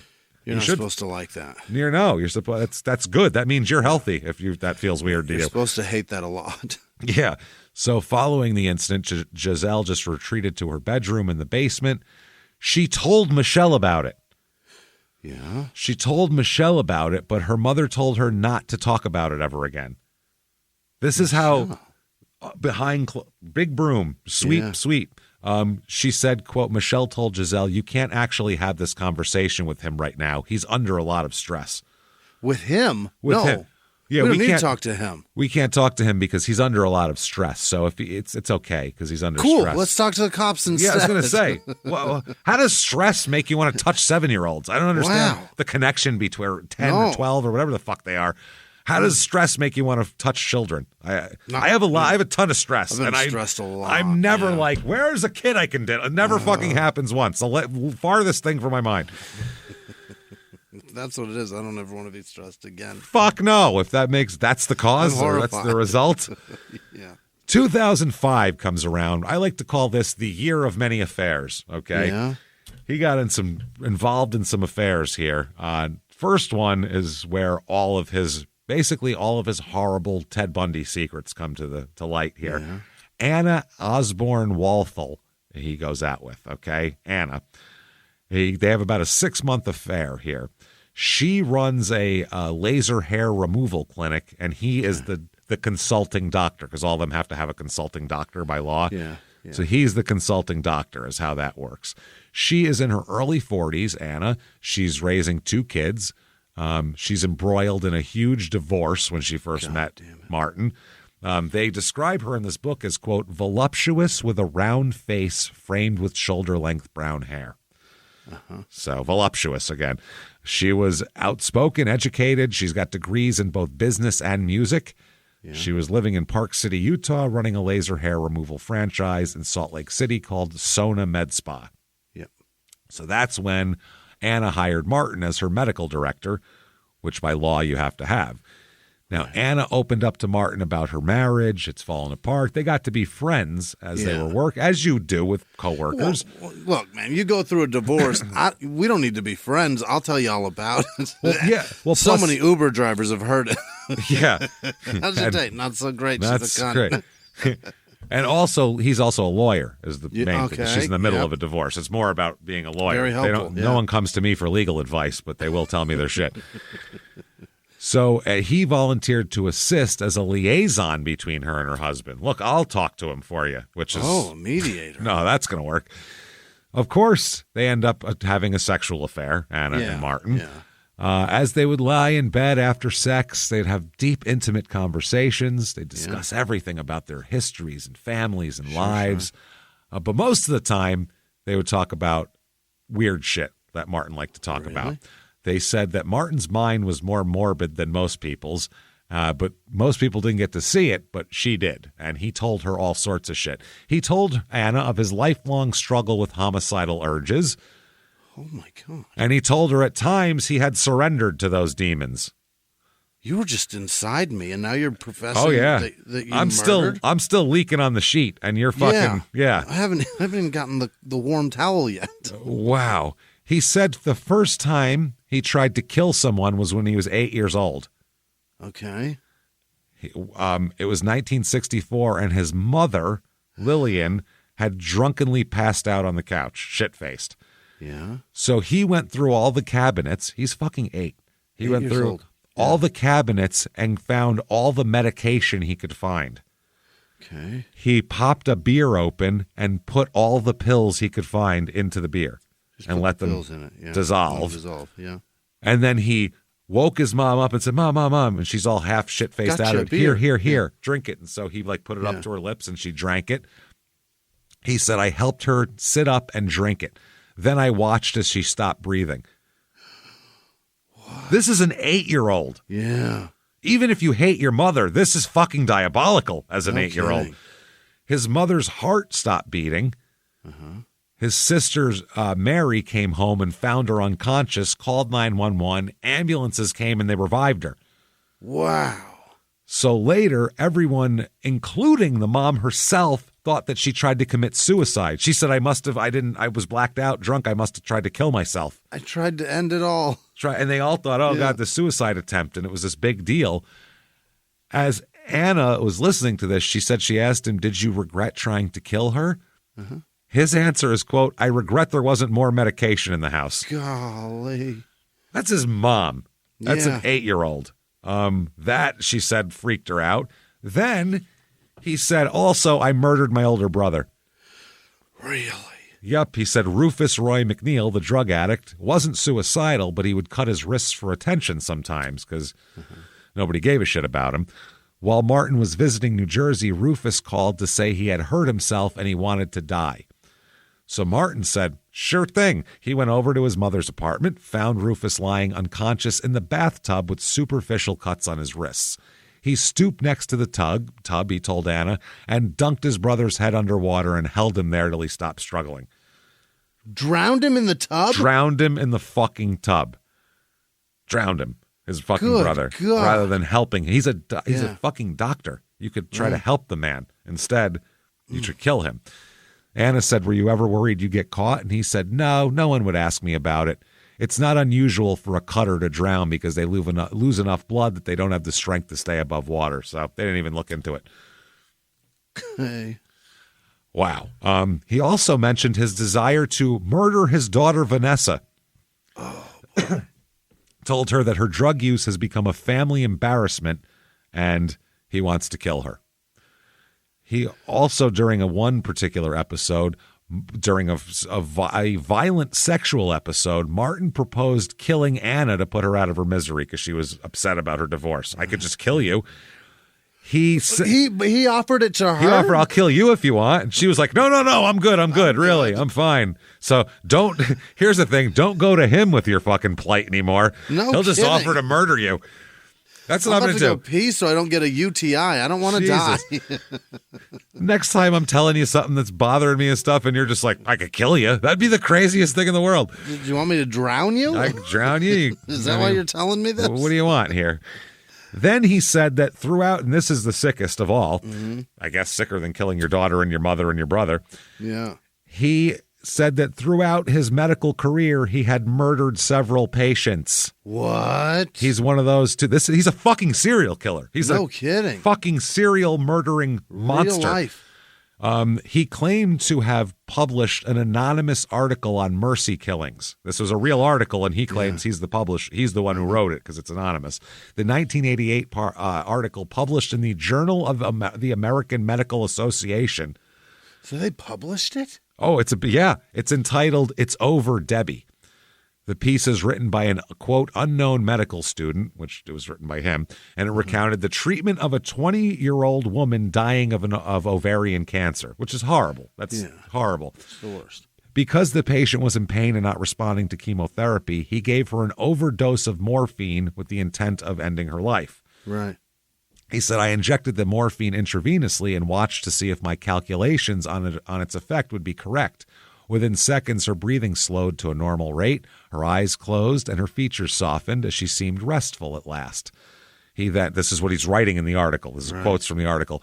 With clock-like certainty, within 4 minutes, the breathing rate slowed even more, then became irregular, then ceased. Good Christ. Killed, and that's just one of the people he did this to. As Anna's moving, she spends her last few weeks in Utah. She's moving to Oklahoma, I think. And while they're in bed together in these last few weeks, he continued telling her tales of killing and murder. He told her his favorite method of murder, Now, we've heard of how many that's like 3 or 2 killed, 2 tried to kill so far in different ways. Now he's saying a totally other method of murder that he does, which is injecting a person with potassium to induce a heart attack. This is a big one, by the way. And anybody that knows shit or has access to stuff, this is considered the cleanest way to kill somebody because an injection of potassium is lethal and would cause heart failure. But the thing is, when someone has a heart attack, your body produces more potassium. Is that so it's like when they check you to can't see, even tell. Yeah. No, when they check to see how you died, the first thing they look at if they think it might be a heart attack is your potassium level to see if it's shot up. That means that's why. So this just looks like rather than you getting potassium to get a heart attack, you had a heart attack which produced potassium. It's almost impossible unless you can find an injection site. It's impossible. Yeah, that's what Kuklinski would give him, right? Because he'd say that what was in this the case, vial? a heart attack. I don't think it was potassium. I think it was other shit that he was giving him. I think it was cyanide, though? something I think like it was that. Potassium cyanide.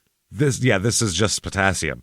Wow. Not cyanide. So the chemical also occurs naturally in the body when a person dies from a heart attack. So they said that the high potassium levels don't seem abnormal in an autopsy.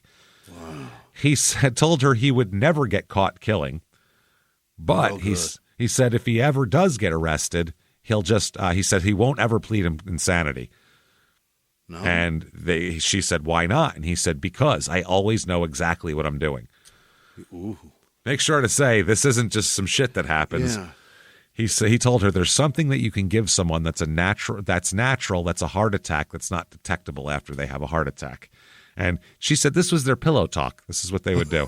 Made her real hot. That is fucking ridiculous. So he's killed Countless people. We have no idea how many people he's killed. He's counted a few, but it's we a don't lot. know how many. Fucking A, man. So during all this, Martin also confides to the bishop of his church that he no longer loves his wife and adopted children anymore. He's got a big mouth, man. That's why the bishop went to Michelle and was like, listen, let me tell you, I can't tell you why, but you don't want to be with him. Then he meets a woman named Gypsy Willis. Okay. Gypsy Willis. Well, he meets her online, and the two begin an affair in November 2005. Okay. She lives a couple counties away, and so they would see each other a couple times a month. Which is wild. Now, Gypsy said, I thought this is a really awesome person. But he's also married, and he was candid about it. He told her right away he's married. He even told Gypsy that he's dating a few other women. And during one of their first dates, he talked about his wife and said she's very beautiful, a former beauty queen. She's great, very capable mom. Gypsy said he had the perfect life and the perfect wife. And I said, so if your life is so perfect, what are you doing here? Yeah, why are you in my mouth? And Martin said, boredom. You're a plaything, is what he just told her. Yeah, I'm in your mouth. That's why I'm here. Yeah, I'm going to slap you across the face with my dick a few times and then move on to something else. Don't care. He said, everything is so consistent and perfect and boring, he said. Yeah. He's one of these guys, he can't live that life. He needs that excitement. Yep. He no longer seemed interested in Anna at that point, though. He moved on from Anna once he found Gypsy. And he told Anna basically that their affair is over and, quote, I would never leave Michelle and I'm done with you. Goodbye. This guy's got to be a smoke show, right? He is. He's a handsome guy. Yeah. Even in his 50s, he's a fucking doctor. Yeah. There's so much to a good-looking doctor. What does every girl's mother tell them? Why don't you go find a good-looking doctor? Like it's pounded into their fucking heads back in the day. And doctor makes up for a lot of looks. So like a good-looking doctor can be like a mediocre-looking dude. That's what I mean. Yeah. People wanted to fuck Dr. Drew for 30 fucking years. He's just a normal-looking guy, but he was a doctor. So, Wow. It's crazy. So when Anna realized it was over, she said, she scribbled in a journal, I hate him, I want to hurt him. Okay. They never talked again after that, but she said that she was basically traumatized by their discussions of murder. Yeah. And she told a psychiatrist in 2006, I had an affair with a serial killer, quote unquote. 1942, Europe. Soldiers find a boy surviving alone in the woods. They make him a member of Hitler's army. But what no one would know for decades, he was Jewish. Could a story so unbelievable be true? I'm Dan Goldberg, and from CBC's Personally, Toy Soldier. Available now, wherever you get your podcasts. Behind the closed doors of government offices and military compounds, there are hidden stories and buried secrets from the darkest corners of history. From covert experiments pushing the boundaries of science to operations so secretive they were barely whispered about. Each week, on Redacted, Declassified Mysteries, we pull back the curtain on these hidden histories. 100% true and verifiable stories that expose the shadowy underbelly of power. Consider Operation Paperclip, where former Nazi scientists were brought to America after World War II, not as prisoners, but as assets to advance U.S. intelligence during the Cold War. These aren't just old conspiracy theories. They're thoroughly investigated accounts that reveal the uncomfortable truths still shaping our world today. The stories are real. The secrets are shocking. Follow Redacted, Declassified Mysteries on the Wondery app or wherever you get your podcasts. You can listen to Redacted early and ad-free right now on Wondery Plus. Okay. Now, February 2007, Michelle's suspicions that her husband's are having an affair is increased because he's been having an affair for years. Because he is. He's still having an affair with Gypsy, like almost 2 years later. Because he definitely is. And she confronts him repeatedly. He denies it. They have a big fight. It goes away. Sweep, sweep. Goodbye. March 2007, Michelle tells her adult daughter, Alexis, that she thinks dad's having an affair. So I think your father's having an affair. After reading through his phone records, Michelle discovered the identity of the girlfriend and Gypsy. And when she confronted Martin. He claimed she was being ridiculous. Of course Oh, she is. you're being like, there's no guys that you call 35 times a week. Come on. What are you thinking about? Then after all this, a short while later, I mean, within a month, Martin surprises Michelle with a facelift as a present. I got you a facelift as a present. That's kind. Coupon for one facelift, you droopy bitch. That's what he said. Listen, you need to look better so I don't have to fucking talk to these women. Meanwhile, she's beautiful. It's ridiculous. So he also indicated he wanted to take her on a 2-week cruise after the surgery. Okay. Let's redo this. During this time, this is weird. I don't know why he did this. He is doing a thing at church. He's speaking at church. He announces at church that he has cancer. Oh. And he has less than a year to live. Uh-oh. Yeah, he tells all the church people that. Then his health starts to deteriorate in front of their eyes. He starts limping. Then he starts walking with a cane. And then eventually wears a surgical boot when he walks. Oh. Is that what happens? I guess that's what you're just deteriorating. He told his neighbors that he had some procedures done and was having some complications. That's what he told. That's what he told the neighbors. He told the church he's got cancer. Neighbors, some procedures done, quote unquote, which is, I don't know. So then he told a colleague that he had, this is another doctor, peripheral neuropathy in his toe that wouldn't get better. Okay. Now he's got a toe injury rather than a cancer. Another colleague said that he told another colleague that he had cancer in his big toe. Then he told another colleague that he had a neurological problem similar to MS. Okay. So there's like 5 different explanations of what the fuck's going on. That peripheral neuropathy shit is crazy, though. Isn't that the shit that they don't even know how it starts? Yes, exactly. Yeah. I think that's what's going on. Yeah, nerve issues. And yeah. so he's saying he's all totally ill, but then he remodeled his own basement around this time and appeared to have no difficulty carrying, quote, giant slabs of sheetrock down the steps. With his cancer toe? With his cancer foot and toe, yeah. So McNeil here, this is Michelle and Martin. They schedule a consultation with a plastic surgeon in March 2007. Okay. When they go in, the doctor said that Martin was the dominant personality at the appointment and did more of the talking than Michelle, which is weird, but then it also makes sense because he's a doctor. So he might be asking more technical questions, as more than just, can you make my chin look better, you know? So Michelle was nervous about the surgery and concerned about the risks and the recovery and the downtime and all that kind of thing. So she agreed to schedule this very comprehensive facial surgery for the following month and get it over with. Okay. Now, she was scheduled, Martin scheduled an examination for Michelle with a primary care physician to determine if it was safe for her to get surgery based on her health. You have to do that. Michelle wanted to do this so Michelle could get the surgery without delay. At the appointment, Michelle, Martin, and the doctor discussed Michelle's high blood pressure. The primary care physician said it would be ideal to control the blood pressure before surgery and suggested she postpone the operation. Martin said, "Get the fuck out of here. She's fine." Hey. They said other than Michelle's elevated blood pressure, the physician said that she was in excellent health. An EKG revealed that her heart was normal without any arrhythmias or evidence of heart disease. Now, although the primary care physician recommended Michelle delay the procedure, they kept the appointment for the preoperative evaluation with the surgeon. Move it on up. Yep. Let's do it. Alexis came home from graduate school to go to the appointment with them because she was going to take care of her mom. Before the appointment, Alexis saw Martin in his room writing down medications that he wanted the doctor to prescribe. She said using a, quote, dusty reference book that she hadn't seen him use in maybe 10 or 15 years. Yeah.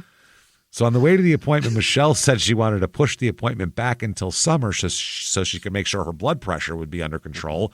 Martin became angry, raised his voice, and told Michelle she could not do that and said, "If you don't have the surgery right now, you're not getting it." I didn't read that old dusty book for nothing. Sorry. Yeah, I got you a present and it fucking expires on the first day of summer. It's a spring coupon. I read through medieval medicine for. I want them to prescribe you newt tail. I was going to say, I want them to give you leeches is what they're going to get out after this. So the surgery appointment here, neither Michelle nor Martin disclosed the primary care physician's recommendations to the surgeon. Okay. Although Martin did mention she had some high blood pressure and had been prescribed some medication for it, Martin directed the discussion about Michelle's post-operative medication regimen. After performing the facelift, the surgeon would prescribe a pain reliever, Lortab, an antibiotic, cephalexin, there we go, a sleeping medication, Ambien, anti-inflammatory, Medrol dose pack, and an eye ointment, I guess to keep your eyes from whatever the fuck. Erythromycin or whatever the fuck it is. So he prescribed also an anti-nausea medication to patients that complain of nausea during anesthesia also. Now, Martin requested deviations from the usual protocol.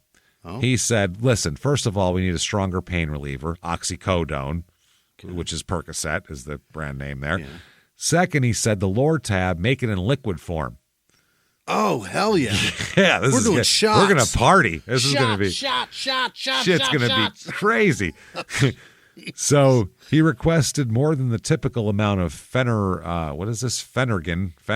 whatever that is. That's the anti-nausea medication. Right. And he requested it in suppository form. I'd like to put it up her ass. None of this in the mouth bullshit.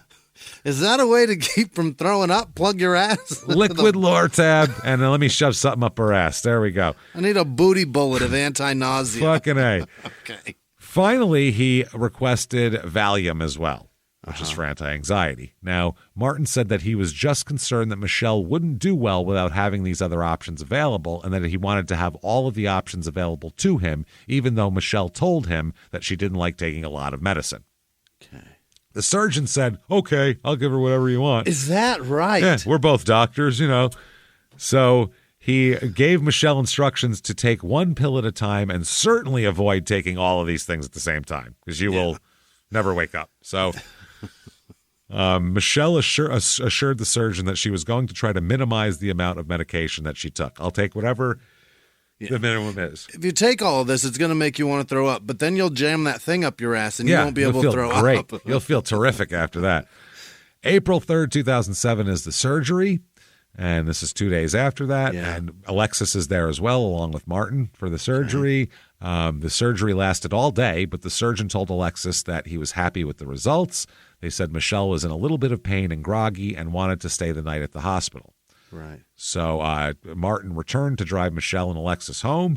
When Michelle said she wanted to stay the night, he became angry and told Michelle that they needed to go home. You don't need to fucking stay here. Yeah, I'm a doctor. Up a bed. But then the surgeon explained, I really prefer to keep people overnight. So he said, all right, fine. So she comes home the next morning. Alexis acts as her caregiver, giving her medications, dressing her wounds, helping her to the bathroom because basically she's blind. She has things over her eyes. Alexis kept a log of Michelle's medications on a pad of paper and included the time she took each pill and the dose. Alexis also kept a log of Michelle's vital signs and food intake and what she called her little black book, which has dick hookups and mom's eating schedule in it. That's what I keep. Yeah. She later put the two logs together in the pad of paper in a drawer next to Michelle's bed. And that evening, Martin insisted that Alexis leave the room because he's going to take over Michelle's care. Yeah. So Alexis left, slept in her sister's room. The next morning, she entered her mother's room, Alexis does, and noticed that she appeared to be very sedated, just passed out. So when Alexis tried to wake Michelle, she stirred a bit but didn't wake up. Alexis asked Martin what happened, and he responded, I must have given her too much medicine. I must have. Must have, which is definitely not the response you're looking for. She said, well, can you be a little more specific? Yeah. And he said, well, I gave her Lortab, Valium, and Ambien. And then she threw up. So then I gave her the anti-nausea thing, Percocet, and more Lortab. Wow. Just so I shoved that up her ass and then poured the rest down her fucking throat. You're not going to throw up now. So Alexis told her father that he is not to give her any more medicine because Alexis said, I'm taking over this shit. Yeah. So later that evening, Michelle told Alexis that Martin kept giving her medication and telling her to swallow. And when she started to throw up, he gave her more medication. And then he stuffed something on my ass, too. I don't know what that's about. Michelle stated she did not want Martin to give her any more medication. She felt each different pill so that if Martin tried to give her anything, she would know what he was giving her. She felt them to figure it. Alexis keeps taking care of her. Once her bandages come off, that's when she's recovering much better. By April 10th, she's able to walk around and take care of herself and do things. Didn't take any Valium, any of the anti-nausea or the Ambien. Michelle was very sensitive to medication, so she tried to take less than the prescribed dosage anyway. So McNeil called the surgeon, even though she's tapering off her meds. Martin called the surgeon to ask him to refill Michelle's prescription for Percocet and the anti-nausea, which he did. Yeah. Alexis attended the appointment, and then she went to school. So Alexis just goes back to school. She said, when I left for school, Michelle was taking 1 pill a day. That's it. The next day is April 11th, is the day that Michelle is found in the tub. Martin took the couple's younger daughters to school. Before leaving for school, one of the girls entered Michelle's room and found her mother sitting on the couch in front of her TV. The girl noticed nothing odd about Michelle's behavior. She said they had a perfectly normal conversation. The girl said goodbye and went to school. Okay. Alexis called at 8:45 a.m., and Michelle said she was doing great and planned to pick the girls up from school herself. Oh. Yeah. She didn't sound confused. Her speech didn't sound slurred. She sounded good. At 9:15, Martin called Alexis and left a voicemail urging her to call her mother and tell her to stay in bed. Alexis found this strange in light of her earlier phone conversation, saying her mother felt better. So Alexis called her mother, but Michelle didn't answer. No answer. No answer. Now, while this is going on, Martin is receiving an award at work that morning. Is that right? Oh, yeah. And before the event, Martin adamantly told the event coordinator that he needed his picture taken at the event. Listen, I need an alibi. Yeah. Bad. Here's your trophy and your plaque and your gift card to Starbucks. Where's photographer? My photo? After he got the reward, he turned to the photographer and said, "Did you get me in that picture? Make sure you get me in a picture." Okay. So the photographer assured Martin that he was in the picture, and Martin pressed him again, saying, "Maybe you better take a second one and make sure you got me in the picture." Let's take a few more. Come on, I'm really photogenic, though. That's the thing. From this side. So Martin picked up the daughter from kindergarten at 11:30, morning kindergarten, 11:30 a.m. That's Ada. When they got home, she called Mom, I'm home. Michelle didn't answer. They went into the bathtub, and that's when she said she found her mother all the way in the bathtub, lying in the water, still in her clothes. Wow. And that's when she said, go run next door for help. Now, Martin calls 911. First call, he calls up, gives the dispatcher a not their address, a bad address, and hangs up on them. Huh. Come here, and hangs up. So then he called again and said, my wife has fallen in the bathtub. She's unconscious. She's underwater. He said, I can't lift her, so I let the water out of the tub. Okay, yeah. The dispatcher said, okay, just stay on the phone. And he said, no problem, and hung up on her immediately. Gotta go. Gotta go. The dispatcher called back, and he told her, Jesus, will you leave me alone? I got CPR in progress, quote unquote. Okay. Leave me the fuck alone. So they said, well, stay on the line. And he said, no, click, get the fuck out of here. He then called a colleague at work. Yeah. While he's doing this, and told his colleague that he was, quote, doing a code on his wife, which sounds like some scat shit that we don't know about. Yeah. You know, I'm doing a code right now. Thanks for calling. Thanks for calling. And then Martin's phone rang again. This time it was Alexis, and he told her, your mother's in the tub and she's not breathing. Okay. And she said, when I talked to my father, I knew he'd killed her. Mm-hmm. I just started screaming, he killed her. I knew it. My father planned and orchestrated my mother's death, and he thought he could get away with it. That's what she says. She immediately went to the airport to fly back here now. Yeah. Back in the bathroom, Ada returns to the bathroom with a neighbor. Yeah. They have a couple, a neighbor and the wife and husband and wife. They find Martin hunched over Michelle's face. Michelle was face up, her head under the faucet, her legs and feet inside the bathtub. So the neighbors came in and observed her body in the same position and, as the head under the faucet, all that. The raised jacuzzi tub in the center of the bathroom was inset in an elevated travertine tile deck. So you were saying there's steps that go up to it. They said, so there she is. Michelle was clothed only in a long-sleeved black shirt worn over the Mormon garments and a bra. No pants or underwear on, though, but full upper body. Full Mormon regalia. And then her ass hanging out. So they said thick, cloudy mucus glazed her face, oozing from her nose and mouth onto her cheeks and onto the gaping gashes across her hairline. She's got all the surgery things. Yeah. Martin said, because they said, oh, I'll call 911, one of the neighbors said. He said, I've already called 911. I need help getting her out of the tub. Okay.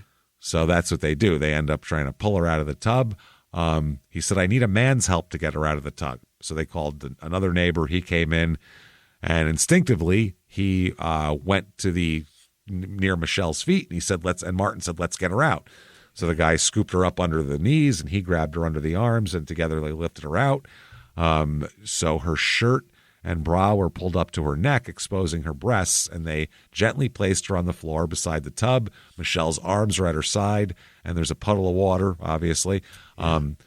Martin's saying, oh, my God, oh, my God. And now, it's crazy. So then the neighbor said, I know CPR. I'll do the compressions if you do mouth to mouth. So we'll do it together. Yeah, so Martin said, sure, you should probably get in her mouth there and take the suppository out of her ass. Shit all over her face is for you. So they said they found a pink towel and draped it lengthwise to cover her exposed regions there.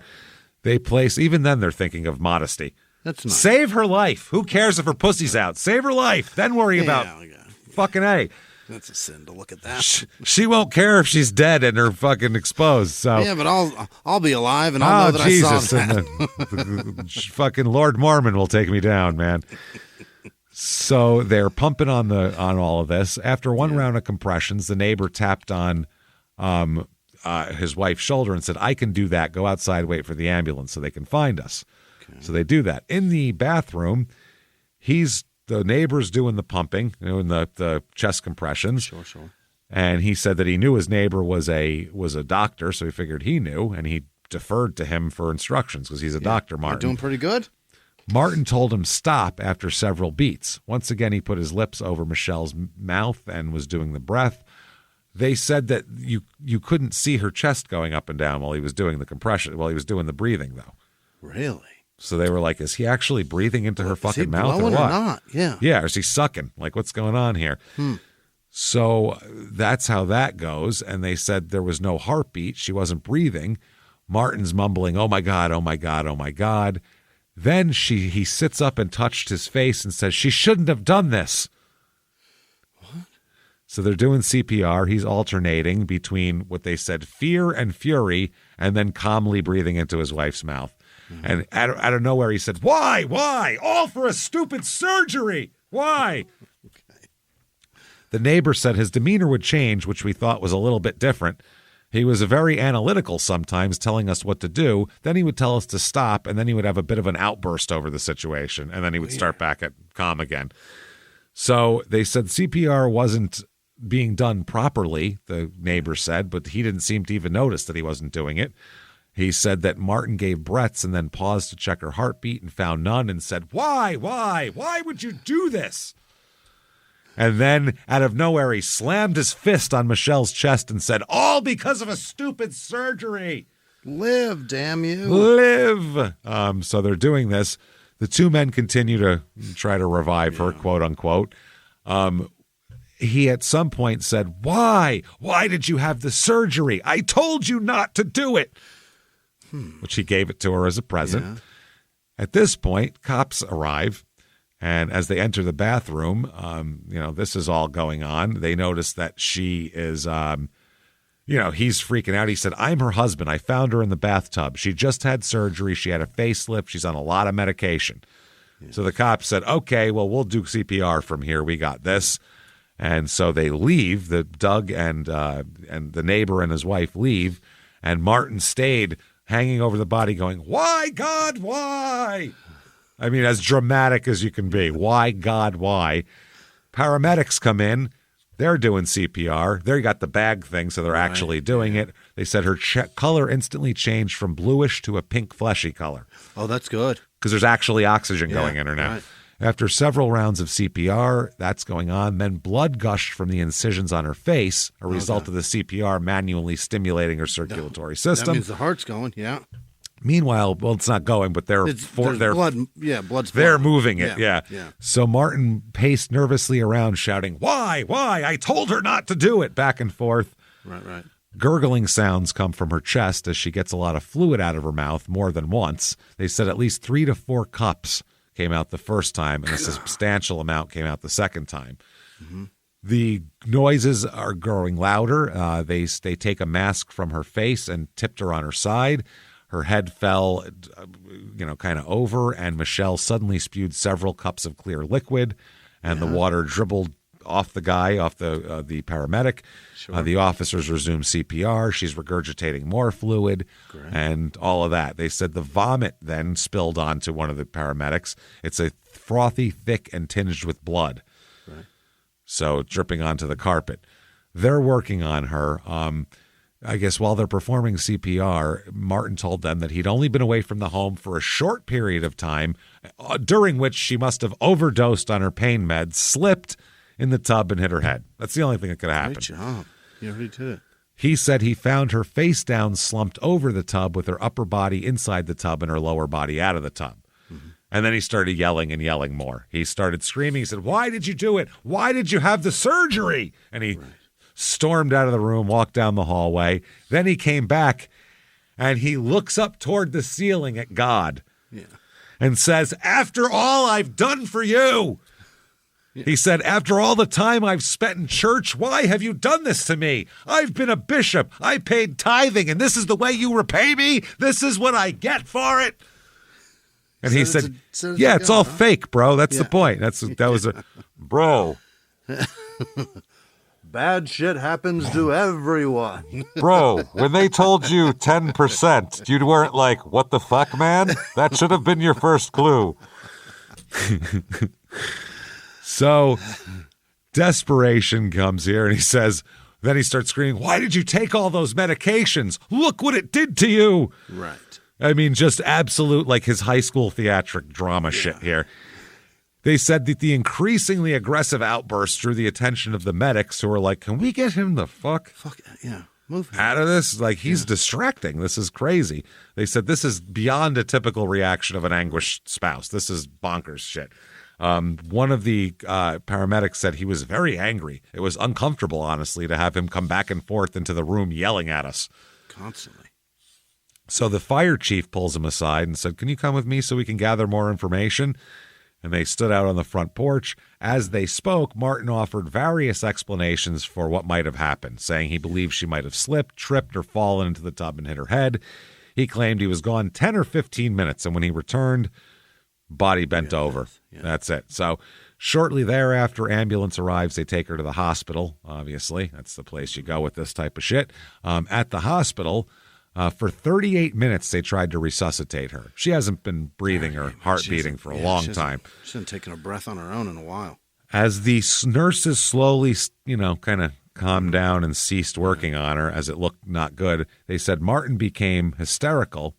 He approached one of the doctors and said, "I'll give you $10,000 not to stop. I'll give you all that I have if you just save her." Oh, yeah. And the doctor said, "It was the oddest request that I've ever had doing emergency resuscitative efforts." I've never been offered cash to save people's lives. He's like, I'm here. This is my job. I'm doing it, man. He offered me $10,000 if I would not cease resuscitation efforts. He offered me $10,000. It put me in a tough spot. I needed the money, and at the same time, I'm like, she's fucking dead. What are we doing here? I got country club dues coming up this month. Yeah, Jesus Christ. I do have, the golf tournaments coming. He said that he knew Martin was a doctor and must have realized his wife was dead. He said he'd never heard such an unusual outburst in 15 years of working in an ER, and especially wouldn't expect one from a doctor. From a physician, yeah. He said he didn't respond to Martin. He just said, "I'm calling time of death." And then he called the time of death and walked away. That was it. Okay. Yeah. But he said Martin collapsed, sobbing. Yeah. Later on that night, Damien came home with his new girlfriend.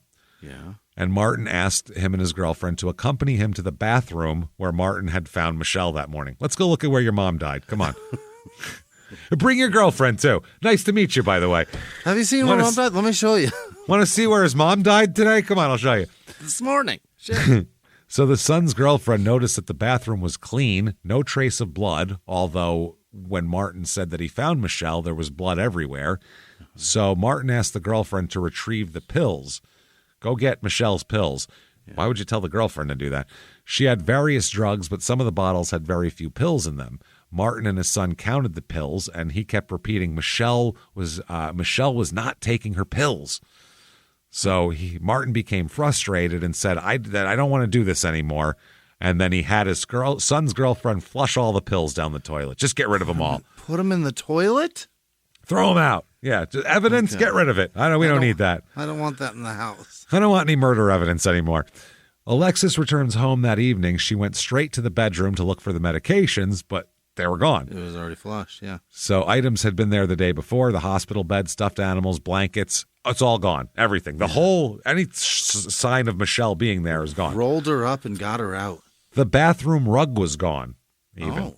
While looking for her mother's medication around the house, Alexis found the bathroom rug, a pile of wet towels and clothing, and other of Michelle's belongings in the garage. Mm-hmm. Also gone was the little black book in which she tracked the medication intake. Okay. Alexis asked Martin where her mother's medication was, and he told her, I don't know. I think the police might have taken it. Oh, why'd you say that? Because he's a fucking liar and a murderer. Yeah. So Alexis found the pad of paper she had tracked Michelle's medication on for the first few days in the drawer where she left it, but the book he took. Alexis also asked Martin what happened. He took her into the bathroom to show her how he found Michelle. Martin gave Alexis the same description he gave the paramedics, face down, slumped over the tub. We get it by now. He told Alexis that the bath was full and the water was off. Now, Rachel, the other daughter, the oldest daughter, arrived later that evening, and Martin said that they needed to get the autopsy done right away because he was concerned that there would be a police investigation, and he didn't want anyone to think he murdered Michelle. Huh? That's a what? No, motherfucker, that's elite. So he said that, he cleaned up. He did all this type of shit. He also had plenty of time that day to talk a bunch to Gypsy. He talked on the phone with her twice, and they texted each other 30 times. That seems like a lot, yeah. Seems like a lot for my wife is dead. I got other shit going on today. Several days later, Martin spoke with the medical examiner. He gave the same account to the emergency responders where he found her and all that kind of thing. She determined that the manner of death was natural and her cause of death was cardiovascular disease with hypertension and myocarditis. So at the funeral, Martin helped set it up. He'd run back and forth from the church with his car without a cane. Now he's fine all of a sudden. Yep. As people started arriving, though, he started limping and got his cane out and started using it. Because he's told these people he's dying of cancer. Oh, yeah. I forgot about that. At the actual service, his behavior became super fucking weird. He made it all about, he barely mentioned Michelle. He mentioned her twice in passing. It was fucked up. It was crazy. It felt like in the Netflix Menendez brothers American Story movie when he insists on playing Milli Vanilli at his mother's funeral. That's what it feels like. It's all for him. That was wild. Blame it on the rain, babe. No, he played Girl, I'm Gonna Miss You at about his mom. He said, I'm gonna miss my mom. And he played the song and everyone's like, what the fuck is going on? Girl, I'm gonna miss you. No, it's weird. Wow. So his behavior came into question during that, obviously. At a luncheon that followed, he was overheard commenting that now he'd have more time for golf. You're going to see me around here more often, I'll tell you what, because I got more time to practice my short game. Why didn't he have time before? What the fuck? Yeah. What are you talking about? You're fucking everybody in town. No, I got mad time. Gypsy attended the funeral. Ballsy. What? Yeah, come to my wife's funeral, fucking chick I'm screwing on the side. Perhaps we can fuck after. And the two texted throughout the service, so he didn't even pay attention. After the funeral, a family friend approached Martin to offered help to care for the daughters. If you need help, you can send them to my house and, we can watch them. Or he said, I already hired a nanny. Don't worry about it. I hired a nanny for the little Ukrainian girls that she loved so much. In 3 days, I hired a nanny. It's all taken care of. Wow. Then later on, this is a separate incident, Martin's adult daughters also offered to care for the younger sisters. Yeah. But Martin asked Rachel to go with him to a church. You know what? You guys don't do it. I want a nanny, so come with me to church to pray about getting a nanny. Meet me at church. So when Rachel arrived, Martin didn't want to go outside, but he remained on a bench outside the church. Soon, a woman approached Rachel and Martin from the parking lot and said, "I'm so sorry for your loss. I was at the funeral." She told them her name was Jillian and that she had been attending nursing school. Martin asked for her phone number, and Jillian gave it to them and left.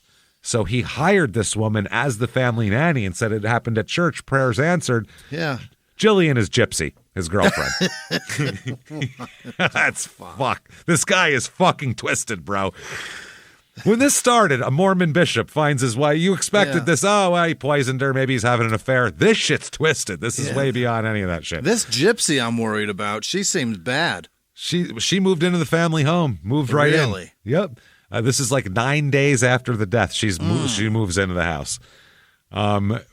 This is crazy.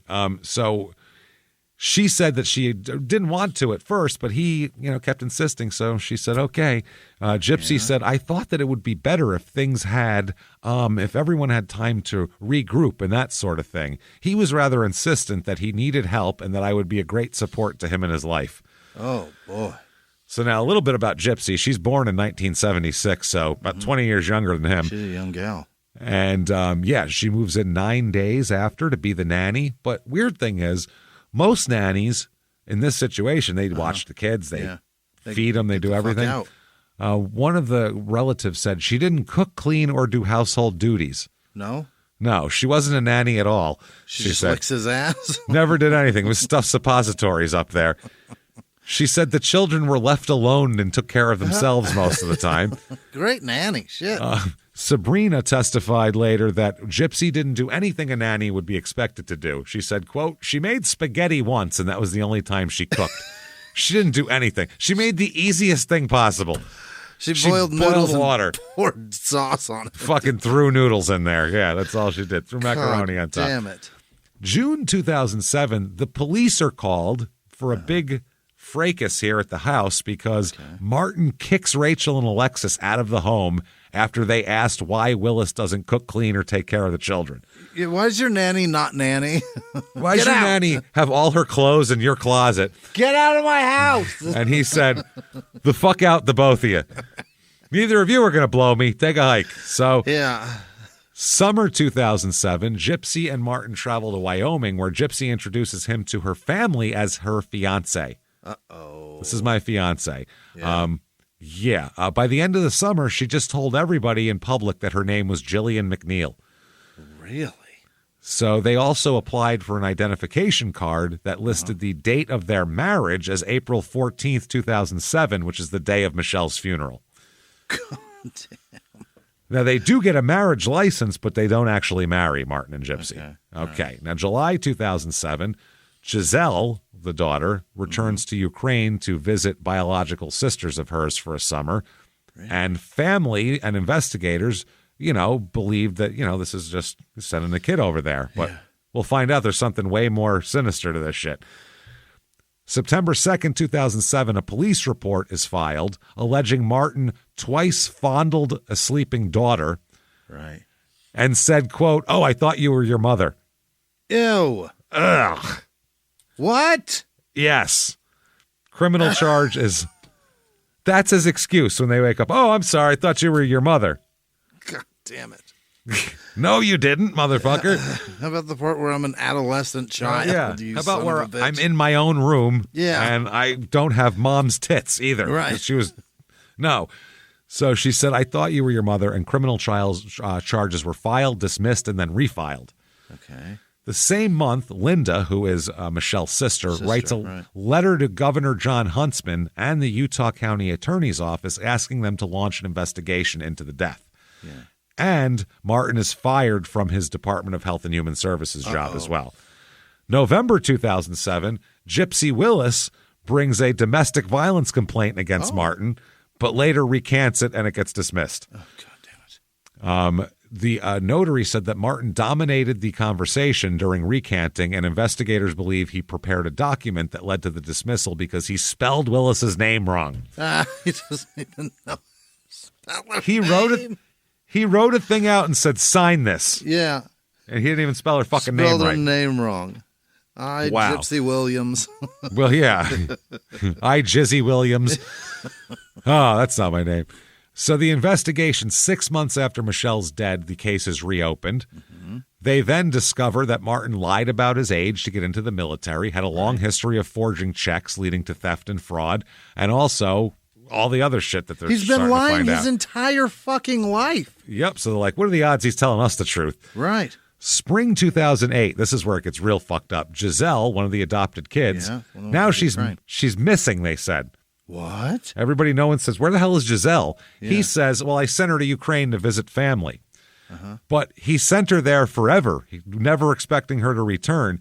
It was determined that Giselle's birth date on her birth certificate had changed by 20 years, they found. Now she's 20 years older, it says. Oh, my God. Like Natalia Rose situation, but for a totally different reason. Martin, quote, this is wild from the court, Martin McNeil essentially sent his adopted Ukrainian daughter back to Ukraine so that he could pass along this identity to his mistress, Gypsy Willis. He was going to make her... What? He did make her that identity. This would enable Willis to get out of tax debt that she owed. Good Christ, he's diabolical, man. He's a fucking wow. That's the worst person ever. He's making Ted Bundy look like a simple man who's just kind of got lost out there and didn't know what to do with himself. That's what he sounded like at this point. He's making Ted Bundy be a guy with just a penchant for kinky sex that doesn't want anybody to know about it. Well, at least Ted Bundy wasn't in like a position of trust. He was just some dude with a cast on. This guy's like... Well, the penchant for kinky sex that has to murder people so nobody finds out about his kinky sex. Because he's embarrassed about it. Then he changes his will. Yeah. He changes his will to give just $1 each to each of his children, with everything else going to Willis under her false identity. So she doesn't have to pay. Incredible. Yeah, yes. No taxes. Summer of 2008, his daughter here, Vanessa, is struggling with addiction and asks Martin for help. I am addicted to drugs and I need help. Please help me. Please fix this with me. Any father who's got a daughter with a history of substance abuse is going to go, oh, thank God she came to me for help. Now I can help her and I'm not forcing it on her. Right. He says, I have an idea. I can help you. Yeah. What about mutual suicide? What? You kill me, I kill you type of thing. Yeah. What do you say? What about that? She said, no, I want to stop doing drugs, not kill my father, then myself. What the fuck are you talking about? Yeah. But that's his thought. How about mutual suicide? Whoa. January 2009, federal investigators suspect that Martin and Gypsy are preparing to flee the U.S., so they're arrested. Okay.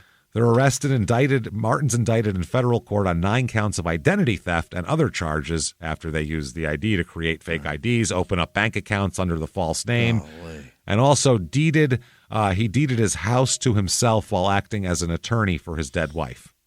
Wow. He made her half his half. Yeah. Wow. So Willis is indicted on 11 similar charges. He's going to plead guilty to aggravated identity theft and giving a false statement because there's no way around that. It's paperwork. Right. He's sentenced to, you, sir, may fuck off, 4 years in federal prison. Okay. Well, that's a good start. Now we can investigate. It's a good start. Yeah. Gypsy sentenced to 2 years. Okay. So he pleads guilty to that, and he's sentenced in state charges of forgery and fraud. Those are federal charges. Yeah. State charges, he pleads guilty to those, and he's sentenced to 3 years in jail to run concurrent with the federal case. So we got 4 years. Gypsy sentenced to 21 months in federal prison, but begins a sentence a month earlier than scheduled because the prosecutors said she planned to flee to Mexico. So let's get her in there now. December 2009, Gypsy is charged in state court with other charges, including fraud, and she's sentenced to 3 years probation and agrees to testify against Martin. That's good. Good for them, yeah. So they use the whole 4 years he's in prison to build a case against him. Hell yeah. January 16th, 2010, Martin's only son, Damien, commits suicide by overdosing on prescription drugs. He actually did it. That's the only person maybe in this guy's life that he's in prison. Yeah. He couldn't have done it. So... Yeah. Michelle's plastic surgeon reveals to investigators that Martin dictated the drugs he wanted prescribed for his wife, and because he was a doctor, he said, sure, I did it.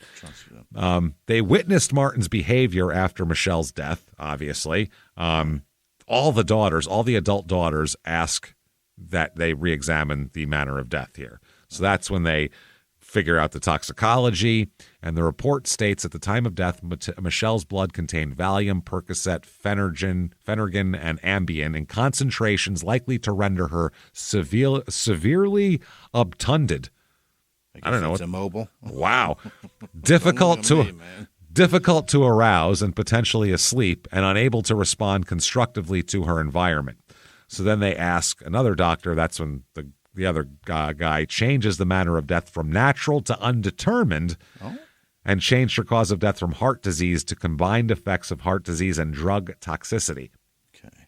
December 2nd, 2010, the Deseret News publishes an extensive report about all the circumstantial evidence against Martin and his wife's death. This is the first time anybody outside the family or the police know that he's a suspect. He's been going to church and going to, all this shit. They re-interview the kids also. And they re-interview Ada, and Ada said on the day of the death, he picked her up from school, they went home. She explained that he asked her to go next door for help, and when she came back, the neighbor was there, and now Michelle was in the tub. Mm-hmm. So, like, you're sure he wasn't, that she was out of the tub at first? She said, absolutely, then she was in the tub. March 2011, Gypsy's released from prison. July 6th, 2012, Martin is released from Texas federal prison and returned to his home in Pleasant Grove. He's at home now. Oh, boy. August 24th, 2012, he's arrested for murder, though. Yeah. Martin's attorney said that Martin continues to adamantly deny that he killed his wife and is confident that the truth will set him free. Sure.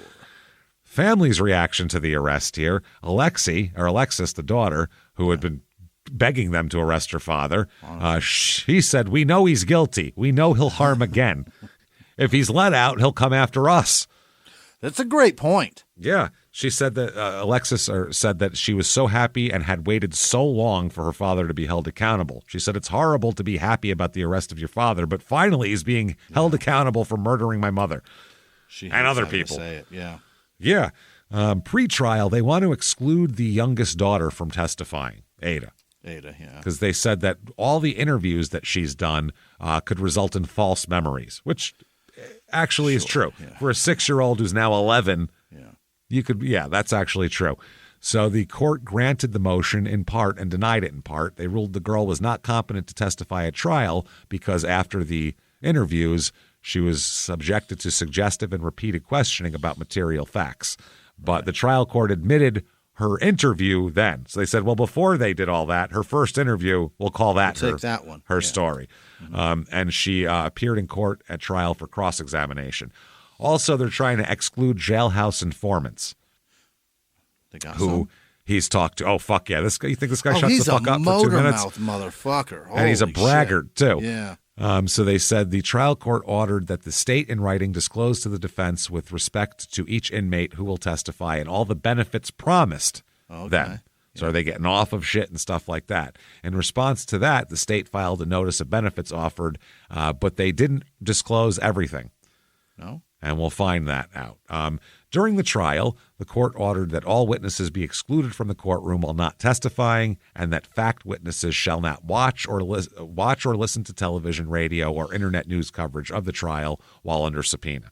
Fair enough. Okay. Medical testimony. At trial, a cardiologist testifies the inflammation in Michelle's heart was benign and not severe enough to present a significant risk of cardiac death. Sure. They also testify the inflammation was not very severe. Another doctor also says that. The state called an expert in forensic pathology who testified that he found no evidence of myocarditis.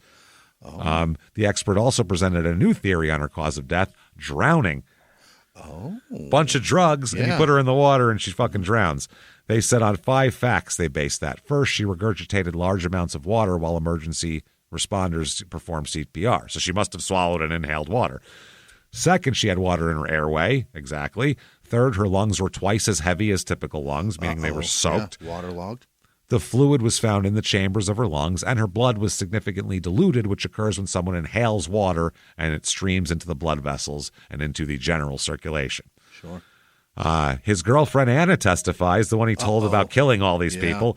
She can only testify to relevant shit, but they challenged her by getting her to acknowledge that she'd been diagnosed with multiple personality disorder. But she said, that doesn't mean I'm not telling the truth. Yeah. What I said is true, and I have that, which I believe her. Then they get jailhouse informants. Okay. Inmate 1, he knew Martin from a prison computer class. He saw a picture of Martin on television news show, and while he could not hear the audio, he could tell the show claimed that McNeil murdered his wife. So this inmate told Martin about the television show, and Martin replied, yeah, they're just running the show because my girlfriend's about to get out. Okay. But he said McNeil later opened up about it, and he said that he, quote, gave his wife some oxy and some sleeping pills, then got her in the bathtub. Then Martin said he had to help her out, and he held her head under the water for a little while. Sound familiar? Same exact way his brother died. Yeah.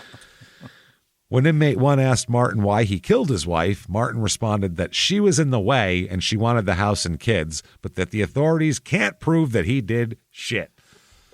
I mean, they can. Fuck, man. So inmate 2, we'll talk about here, or on cross-examination, they said a phone call with his mother in which he admitted to the state he was this is the inmate admitted to his mother that he was planning, the state was going to cut him a deal for testifying. Okay. And that all of that shit. A statement to his mother that he was planning to, quote, talk with his niece and have her crack down to see what Robinson was going to do and make sure that to do the right thing. Because if he ain't, then I ain't. In other words, if he won't let me out, then I'm not going to testify. Yeah. So there's that. Inmate 2 testified he was McNeil's cellmate for 2 years. 2 years. He said that he heard rumors that supposedly Martin had murdered his wife and asked Martin whether it was true. And he said that Martin told him that they couldn't prove it and that the medication she was taking was prescribed. Inmate 3, he is imprisoned for felony resulting to drugs and was 14 years into a 27-year sentence. Mm-hmm. And during his testimony, they talked about Martin's physical health, in particular that he regularly exercised, running 4 to 5 miles a day, lifting weights, running sprints, and all the inmates called him Doc, by the way. Yeah. Because he could look at people. Yeah. And he's probably very valuable. He's like a guy who knows legal shit in there. Sure. Very valuable. He's helpful. 'Cause seeing a doctor in prison is hard. Mm-hmm. So this inmate further testified he had seen television coverage of the case and approached a law enforcement contact to discuss his conversations with Doc. And he said these discussions include asking Martin if he killed his wife, to which Martin had purportedly responded that only that police did not have any evidence. And he said that he saw a newspaper article. He asked if he had murdered his wife, to which Martin responded, no, I didn't murder my wife. If I did, they don't have any evidence of it. Why does he keep saying that?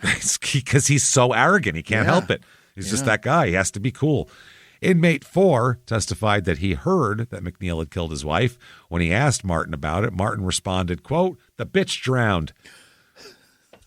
That's very kind and loving. That is terrific. He said that at one point he asked Martin why he didn't wear the same required jail-issued shoes as the other inmates. How come your shoes are different? And Martin responded that he could, quote, get away with a lot of things. For instance, I'm getting away with murder, he said. I got cancer toes. So this guy asked him, what do you mean? And he said, I'm getting away with murdering my wife, just to be more specific. And so the inmate said that he offered condolences, like, oh, I'm sorry your wife's dead. And Martin replied, oh, no, I'm glad the bitch is dead. Oh, no. He said that shit was going downhill. She was trying to get his money, and she was not going to let him keep cheating, which he wanted to do very much so, he said, which is fucking amazing. Now, November 9th, 2012, the verdict comes in. 11 hours of deliberation, by the way, on this somehow. At 1 a.m., the jurors come back. Wow. They told him, you're not going home. Just come up with a verdict. I don't give a fuck if it's 1 a.m. Go shit. And they said, okay. He is found guilty of obstruction of justice and murder. Wow. Guilty of both. Yeah. Murder and obstruction of justice. The thing is, Right after the verdict, they file to put the whole thing aside and get a new trial because inmate 1 lied about his deal. He filed a request under the Freedom of Information Act seeking information from the federal prison where he was incarcerated, inmate 1, and Martin obtained the email and telephone correspondence for the months of September and October 2013. They revealed that inmate 1 planned on being released from prison in December 2013 in exchange for his testimony. Okay. And so that's how that went. They said the incontroverted evidence demonstrates that inmate 1 had falsely testified that he received no promises of leniency and that they actually did give him promises of leniency. Well, testimony of convict 3 is the good one. Yeah, let's get that. So the trial court concluded the state suppressed exculpatory evidence relating to inmate 1, specifically evidence showing that he had asked for a recommendation in a letter and that the prosecutor had agreed to provide one. Yeah. The court further concluded that this information remained unknown to defense counsel before and throughout the trial, and the court observed that the state's attempt to downplay the importance of inmate 1's testimony rings hollow, and that if Martin McNeil had only to show the state committed serious errors in this case, the motion for a new trial would be granted. But as the court explains, the law requires more. Okay. So they said that's not, the court denies his petition for a new trial. Really? Okay. They said that's not enough. They said a jury possessed of this additional information would not have rendered a different verdict, which I believe. Wow. Yeah. Those are all just shoring up what they already have. Inmate 3's testimony is crazy. Talking about, yeah, I'm getting the bitch away drowned. with murder. The bitch drowned. I'm glad I'm happy the bitch is dead. That's She wanted not my good. money, wouldn't let me fuck anymore. So during sentencing, the judge says, this is a good one. Mr. McNeil, as you deprived Michelle McNeil of her life, the state of Utah exacts from you today the liberty that you otherwise might have enjoyed in your remaining years. You, sir, may fuck off. 15 years to life for murder as well as 15 years for obstruction of justice run together. He's never getting out. He's not. He's 57 years old when they give him that, too. So. Even if he's not going to get paroled the first time, right? Oh, fuck no. No way. Fuck no. They think he killed how many more people? Yeah, he's in so much trouble. Oh, so reactions here. Gypsy says, I was shocked. It took me a Really? little while to pull myself together, she said. Oh, Gypsy, you knew everything, you dumb bitch. She told this to Dan Abrams, by the way, the live of PD course guy. she did. Yeah. She said, I never believed that he was capable of such a thing. The Martin I knew and loved was not the person he was portrayed on the stand. Well, are you this dumb? Everyone else around him knows it. You had him in your mouth. You should have known. Yeah, and he told Anna right after he fucking got done with her. He told her what he did. I'm sure he told you the same shit. No shit. He said, I knew him before the death of Michelle and I knew him afterward. I saw the conflict in the family and I never believed that there was any possibility he killed Michelle. She also said she was absolutely horrified when she heard that prosecutors were alleging that she was the motive for killing. She said, I never, ever thought that it would come to such a thing. Martin had me anytime he wanted. I do not believe that it was any kind of incentive. Wow. What? And then they said, well, why'd you move in after the death? And she said, I only wanted to come and support the man I cared for in whatever way I could, and it was a bad choice. She is not making great arguments for not being a part of this. No, man. she's not real bright. She's the dumbest person in this whole story. December 6th, 2013, Martin attempts suicide while in prison. Is that right? He doesn't like it, huh? It's about a month after he's convicted. Yeah. He attempted suicide by cutting himself with a disposable razor. Okay.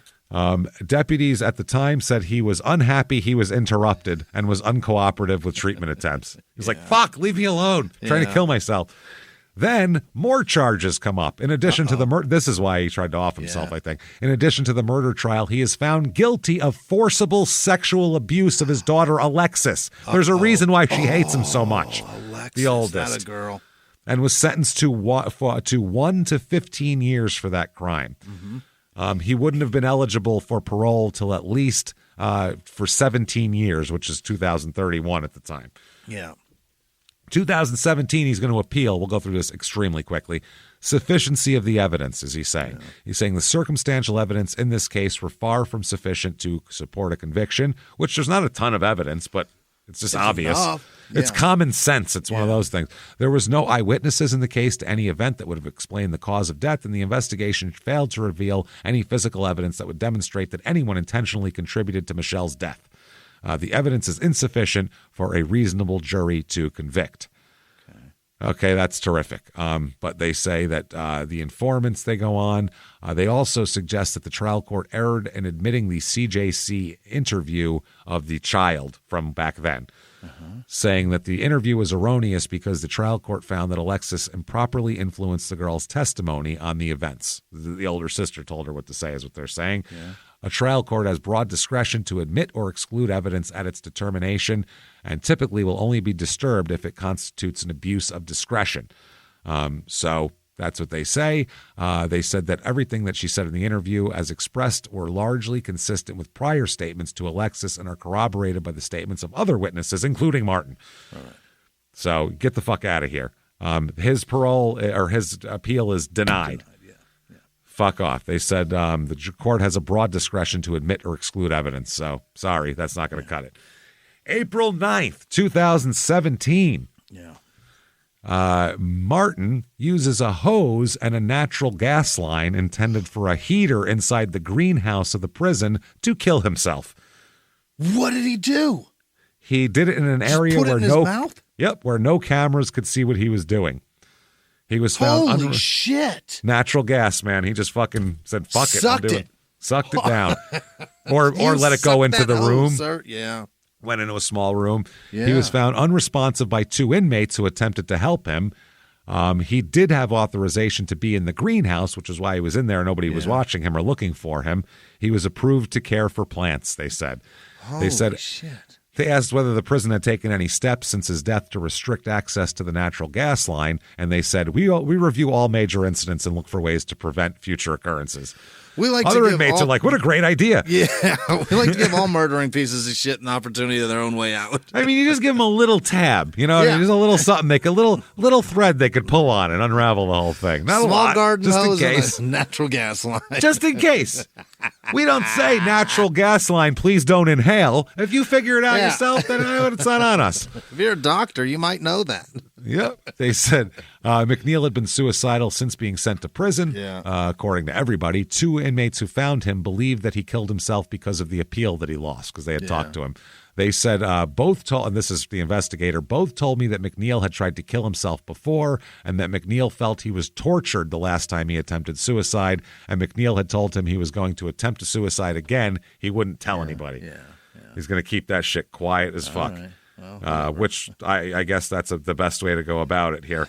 That's pretty funny. Be fucking quiet as hell. So that, and we'll give you the book here, the book title. I have to give you that. It's called The Stranger She Loved, and it's very detailed by Shanna Hogan. The audiobook's like 11 and a half hours long, so it's got a lot of detail. It's very interesting if you want to find out more about Martin. A lot of it's in there. It's fucking crazy. So there you go, everybody. There is Pleasant Grove, Utah. And that's one of the craziest, most unexpected stories we've ever covered ever. I didn't expect he fucked up so many people, man. Seeing doctor in Utah murders his wife, I'm like, oh, all right, whatever. But then I looked in, I'm like, oh my God, he's a fucking serial killer. Holy shit. If you like that show, tell everyone about it. Get on whatever app you're listening on, give a nice review. 5 stars helps a ton. Say something nice. It really, really helps. Also, while you're doing that, tell your friends, follow on social media. We are at Small Town Murder on Instagram, at Small Town Pod on Facebook, at Murder Small on Twitter. So get on all of those. Find us. shutupandgivememurder.com. Tickets to live shows, baby. Kansas City, you are up next in October. What is it, the 19th or the 18th? The Friday, whatever that Friday is there. That is Kansas City. Next night is sold out in Oklahoma City. Very sorry anybody wants to go for that. Had to get those much, much earlier. So get in there. Also, October 31st, virtual live show, Halloween edition. We're wearing costumes, just like a regular live show, except you can watch it from any goddamn place with an internet connection. connection that you want, and you can watch it for 2 weeks afterwards, too. You can wait to watch it. You can watch it 1,000 times. Do whatever you want with it. ShutUpAndGiveMeMurder.com is where you get all that. Patreon.com/CrimeInSports is where you get all of the bonus material. So much. It's the best deal there is, really. Anybody $5 a month or above, you get hundreds of back episodes you've never heard immediately of bonus stuff. Then new ones every other week. One crime in sports, one small town murder, and you get what, Jimmy? All of it. Every goddamn sentence of it. Here we go. This week for crime in sports, we're going to talk about hot air balloon disasters, which you don't have to like sports to find out about that. No, sir. And then for small town murder, the documentary There's Something Wrong with Aunt Diane, which has tripped us both out for 13 years now. So Wild story. we're going to talk about it, see if we can figure it out, and see if maybe you guys have some suggestions. And probably not. So do that, and that is patreon.com/crime and sports. And you get a shout out. You sure do. When does that shout out happen? Right fucking now. Jimmy, hit me with the names of the people who would never, ever, ever pretend to be Mormon bishops and instead be serial killers. Hit me with them right fucking now. This week's executive producers are Gary Howard, Kylie Magnuso, Gary. Jacob Williams. We both wear a large, and the P.O. box is on the website. Why, thank you, sir. Julie Bergake. It's 2 Ks, man. Happy birthday, Julie. Well, happy birthday, Julie with a crazy last name. Yeah, happy birthday, Leanne Corbett also. Leslie Dodd, Carla Happy Bergman, birthday, all of Aiden you. Bourgeois, and Brandon, the escape room manager in Minneapolis. He came to the Minneapolis show, and he also has been in New Jersey, Orlando. Wow. He travels all over this country. He came to the show by himself, and I didn't meet him. Somebody told me that he was just a really nice guy, so I wanted to say something nice about fucking him. A. Other Thank you producers for this coming. week are Kristen love it. Piper, Peyton Meadows, Liz Vasquez, Janice Hill, Dale Reed, Rick Fisher, Kendra with no last name, Julie Brooks, Teeny923, Patty McCovey, Nicole T, Megan Daly, Christine with no last name, Erica Benno, Patrick Hedgecoff, Alex Solar, Barrett Bradshaw II, Frank with no last name, Alicia Sigmund, Mark Lipinski. You got 2 patrons, and I don't know if that was an accident, so if not, Either check way, that. thanks. Either way, Yeah. if you're just going to leave that, you're a sweetheart of a man. Hey, just a nice person. Yeah, Nathan Close, Brienne with no last name, Patty Nowick, Luis Jimenez, Lee with no last name, Carson Housechild, Katie Williams, Rachel Patton, Melissa Warhala, Generis Batista. Generis? That's a fascinating name. I want to know everything about you. John Wan, Trevor Fredrickson, Amy Poop. That is Pop. I am so sorry. Amy Poop. All your friends are going to call you Amy Poop now. Boy, I'm sorry, Amy. You poor. Sorry, Amy. She's gotten it her whole life. I'm sure. People drawing it in if she's got on her name tag. Weston Voss, Lisa McCulchick, M.L. Krull, Thomas Fry, Mike Oxlong, Alana with no last name, Queen Peas, Sean Wilson, Katie Smith, Cheyenne Meyer, Seth with no last name, Amanda Coleman, Jeffrey Elgin. Same thing. You have 2 patrons. Please make sure that that's true. Make sure you're doing that on is purpose. accurate. Jeffrey, you're just as much of an angel. Absolutely. Jason Connor, Samantha Yu, Kevin Nash, probably not that one, Yeah, but he's gonna maybe, give us and if some it cash. is, you're a giant angel. Nice power bomb, Angel. We love you. Kirsty Allen, not obviously. Can't Not be. the dead Scientologist. Impossible. That's good. That's really breaking somebody down, isn't it? You mean the dead Scientologist? Sure. Hassani Shakur, probably related, I imagine. I'm sure. Kevin Nash, Tupac, they're all on our Tupac's shit. Don't worry about grandchild in here. Shannon Kennedy, Denise with no last name. Linda Kika, maybe. RJ with no last name. Mr. or Mrs. Combs. Ashley Fide. Not Puffy. Fucking better not be. I don't, don't want want your it. money, I don't want a Puffy. dime of it. You need it for your fucking lube. Actually, give it to us. You're gonna do terrible things with it. So yes, we do want it. We'll do nice things with it. Ashley Fede, Brian Ball, Sean Holman Green, Lakesha Press, Ellie J. Yep, nope, that's LJ. Josh with no last name, Chris Conley, Maria Stavronides, Jake Hoogmood. Hoogmood? Wow. Hoogmood. Hoog mood. I That's think I've seen that on tough- social media before. Is that too. right? Yeah, I think that. Yeah. My fuck, that's In crazy. groups or something. Yeah. All that right, makes Jay sense. Never seen that. Dymock, R. Murr, Gavin Caverly, Randy Devlin II, Hunter Coates, Austin 74, Margaret Bordelone, Megan with no last name, Marsha Thomas, Andy AJ Morgan, Bree with no last name, Pistachio with no last name, Ash with no last name, Amy McCarthy, Kieran Carthy, Alice Kaufman, Carol with no last name, Debbie Bailey, Jess Cheney, Lisa Burke, Tyler Lewis, Cameron Ride, Copper Top, Charlotte St. Germain, Kyle Frazier, Joanne Langkow, Justin with no last name, Philip Duncan, Joe Welsh, Joe Canfield, Les with no last name, TJ Janke, Derek Carlino. It's been so long. Darren Parson, Jennifer Bassard, Sherilyn Chapin, Jamie Holt, Beth with no last name, Michelle Burns, Darla Chaffee, Shafay, Saint Sethire.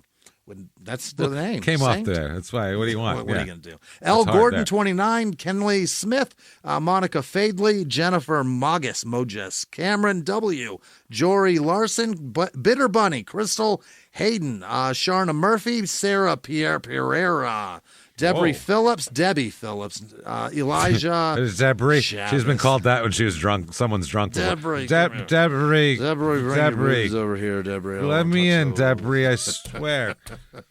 I'm not going to just, come on. Just touch it once. Chavis, Pablo Franco, Willa Gulfstrand, and the Griswolds, Graham Cooper, Adam with no last name, Tonyo, no, that's Tony, Tonyo, Grezovich Jr., Julie Fitz, Brad with no last name, Margaret Loberger, Derek Janarone, Megan Broomhall, B. Chowell, Dongus with no last name, Sandra Patterson, Xander Burden, Maggie Spawn, Kaylee from the Mooch.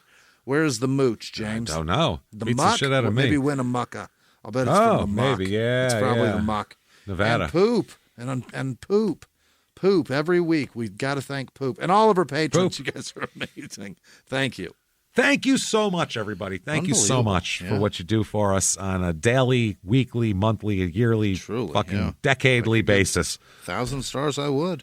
I would. So thank you. Thank you all for doing that. Speaking of that, listen to your stupid opinions. You bet. I fucking love it. There's no way to not like it. So check that out. Keep coming back. You want to follow us on social media. There's a drop-down menu on shutupandgivememurder.com. You'll find it and keep coming and hanging out with us. Tell your friends. And until next week, everybody, it's been our pleasure. Bye.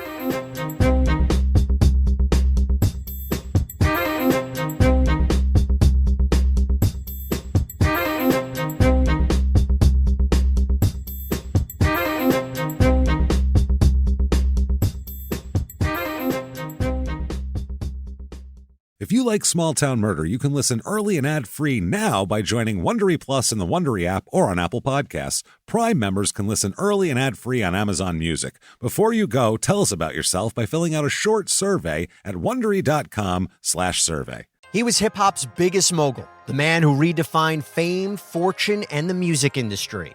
The first male rapper to be honored on the Hollywood Walk of Fame, Sean Diddy Combs. Diddy built an empire and lived a life most people only dream about. Everybody know ain't no party like a Diddy party, so. Yeah, that's what's up. But just as quickly as his empire rose, it came crashing down. Today I'm announcing the unsealing of a 3-count indictment, charging Sean Combs with racketeering conspiracy, sex trafficking, interstate transportation for prostitution. I was up. I hit rock bottom, but I make no excuses. I'm disgusted. I'm so sorry. Until you're wearing an orange jumpsuit, it's not real. Now it's real. From his meteoric rise to his shocking fall from grace, from law and crime, this is the rise and fall of Diddy. Listen to the rise and fall of Diddy exclusively with Wondery Plus